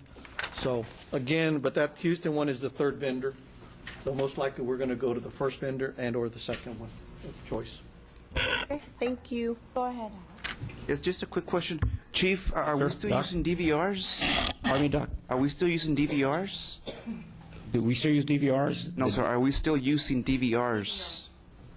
Because that doesn't sound very modern to me. I mean, isn't service what we use nowadays? We have actually transitioned we still have some models out there, and we do have a few, not a whole lot, but you're absolutely correct. We're in the process of transitioning out to the IP format servers, and which is actually about 90% of our 90% what now? Currently about 90%. I'm sorry, 90% on what? Of our recording system's IP format. Okay. Do you have an IP-based system quote in the backup? I don't think I saw one. I didn't see one of those. So that's really important, and therefore, that's why I am skeptical about having to vote on this item right now, and we could go out for a rebid and give a little bit of more time out there to see how many more maybe we can refax some of these companies, let them know what is needed. So, Ms. Longoria, do you have a motion on the table? Yes, ma'am. Do I have a second? I'll second. Second by Yeah, Dr. Saavedra. All those in favor? Just to make sure that we go out there and get the technology that is needed, because if we're working with DVRs and we don't have, we don't have the IP, then why should we invest on? Yep. So, Let me ask, what are the ramifications on this, please? Well, it depends. If this vote passes, then I guess we go out for rebids. If it doesn't pass, then I believe will have to go to vote this agenda item. Right. Okay. That's why I was asking Corpus. Superintendent, honorable trustees, the ratifications, as you remember, this is not only a commodity bid, it's also a service bid. We went out to the market, we solicited, we wrote our specs, and we said we want a turnkey based on these items that we currently are using. If you're going to go back and reject this bid, the pricing is already out there. The hourly rate of the vendors are out there, and I would ask you to get with legal on the ratifications of the vendor protest in reference to doing that action. And that's the issue I would have coming from the procurement side. That's the issue. What was that? Coming from the procurement side. Yeah, because, we were told the same thing with the contractors, and then we looked it up. I guess we reviewed that policy, and we could have done that. We could have gone out for right, because that was a proposal. Now we're looking at a bid process, and so what we're looking at, what we're going to be doing is that we're auctioning pricing out there in the market. Ms. Presas, may I direct myself to our legal? I'm sorry, sir. Were you done? He was stating something or other. Well, may I direct myself to legal and ask for his advice? Because I did think of, are we in proper authority to, at this point, not accept a bid that's already been recommended by our administration? Are we okay with that? Are there any legal ramifications for us taking that action? Is my question. I mean, a board is always free to reject any and all bids and rebid. I think the real question here is the one asked by the superintendent. What are the practical ramifications, the business ramifications to delay? I think that's really what the issue is rather than legal.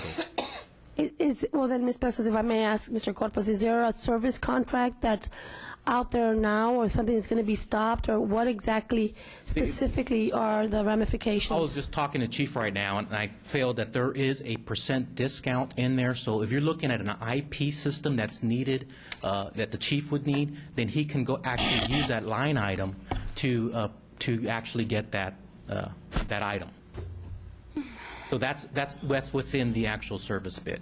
And what did you mean about the pricing already been out there then? Right. Well, what you got right there is actually now called public record. Yes, it is. And so if I was a vendor and we're going to rebid this, and I want to know what all the other vendors' pricing would be to actually to rebid and do a cheaper price. And so you're destroying the integrity of the bidding process by doing that. I'm not sure if legal want to address that situation with you all. More of an ethical. Mr. Springton, thank you, ma'am. What is your recommendation, sir? He's asking you, it's up to the superintendent, but tell us. The ramifications is what I was wanting to know, and I think that if we don't stick with what we have, then we've jeopardized the integrity of the bidding process. And my recommendation is, as noted in the book. Yeah. Go ahead, Ms. Lopez. I just want to point out another, one of your companies here out of town is charging, it's a little higher than all the others. So, Again, it's a cluster bid. That's why where it's turnkey. Where some may be higher, some are going to be lower. And it's, you said, but overall, for vendor of choice is the lowest bid if you take the turnkey operation of all those considerations.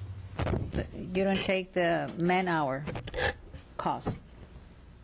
No, I know what you're saying, but what I'm saying is, you pick one, then you're going to have that vendor install an equipment from someone else. Oh, but I need a connector. Oh, let's go to this vendor over here. Well, then the timing issue is now at play. I mean, there's nothing says that man hours, well, I can't do it, but it may take me 20 hours. Even though it's someone coming from further? I mean, then it's even, how do we, if we need it today or tomorrow by the end of the week? I mean, we administration stand by the recommendation. We feel this is the best value to the district. I just want to point out the cost per man-hour. So that was pretty high. And we were told also that 90% is, we have 90% with the IP system. It seems like we are not purchasing the correct equipment there, if that's at 90%. Is that what I heard, 90%?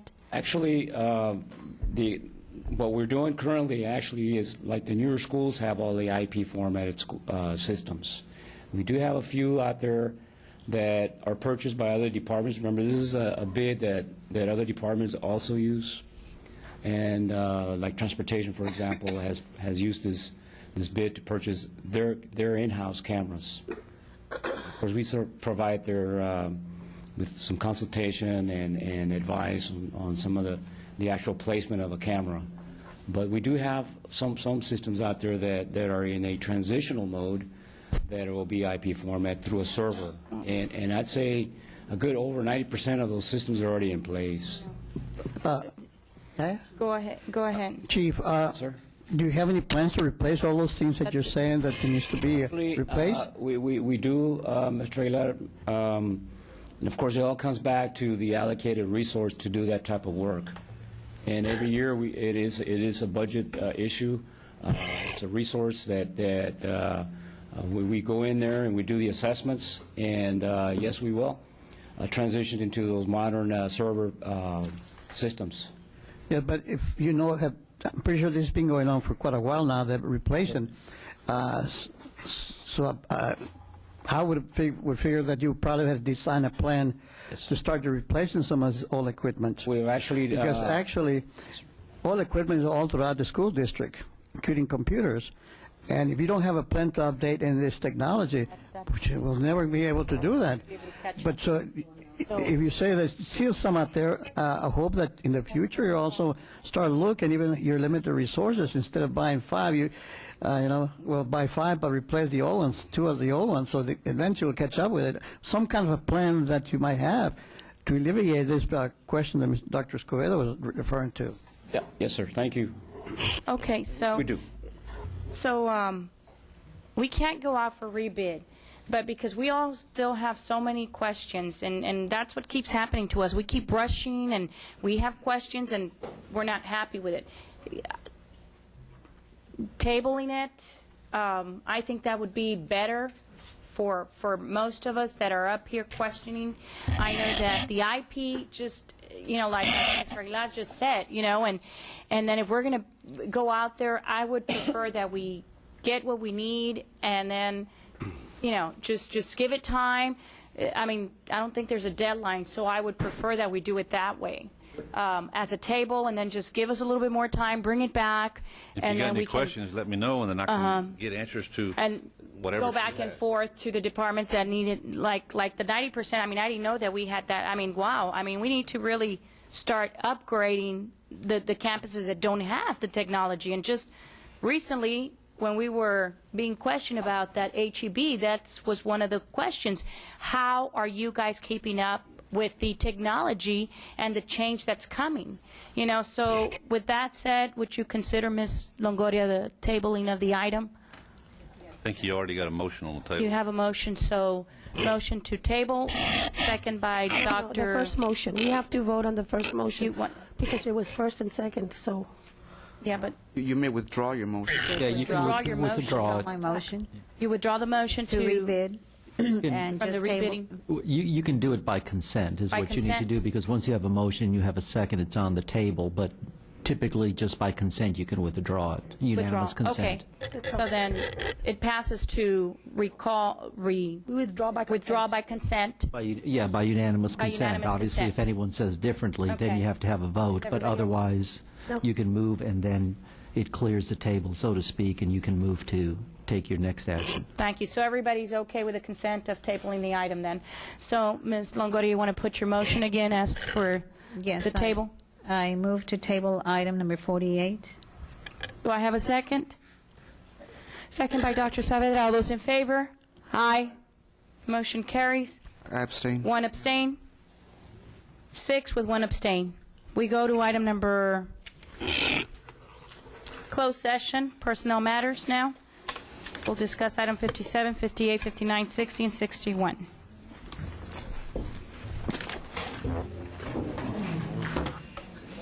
Huh?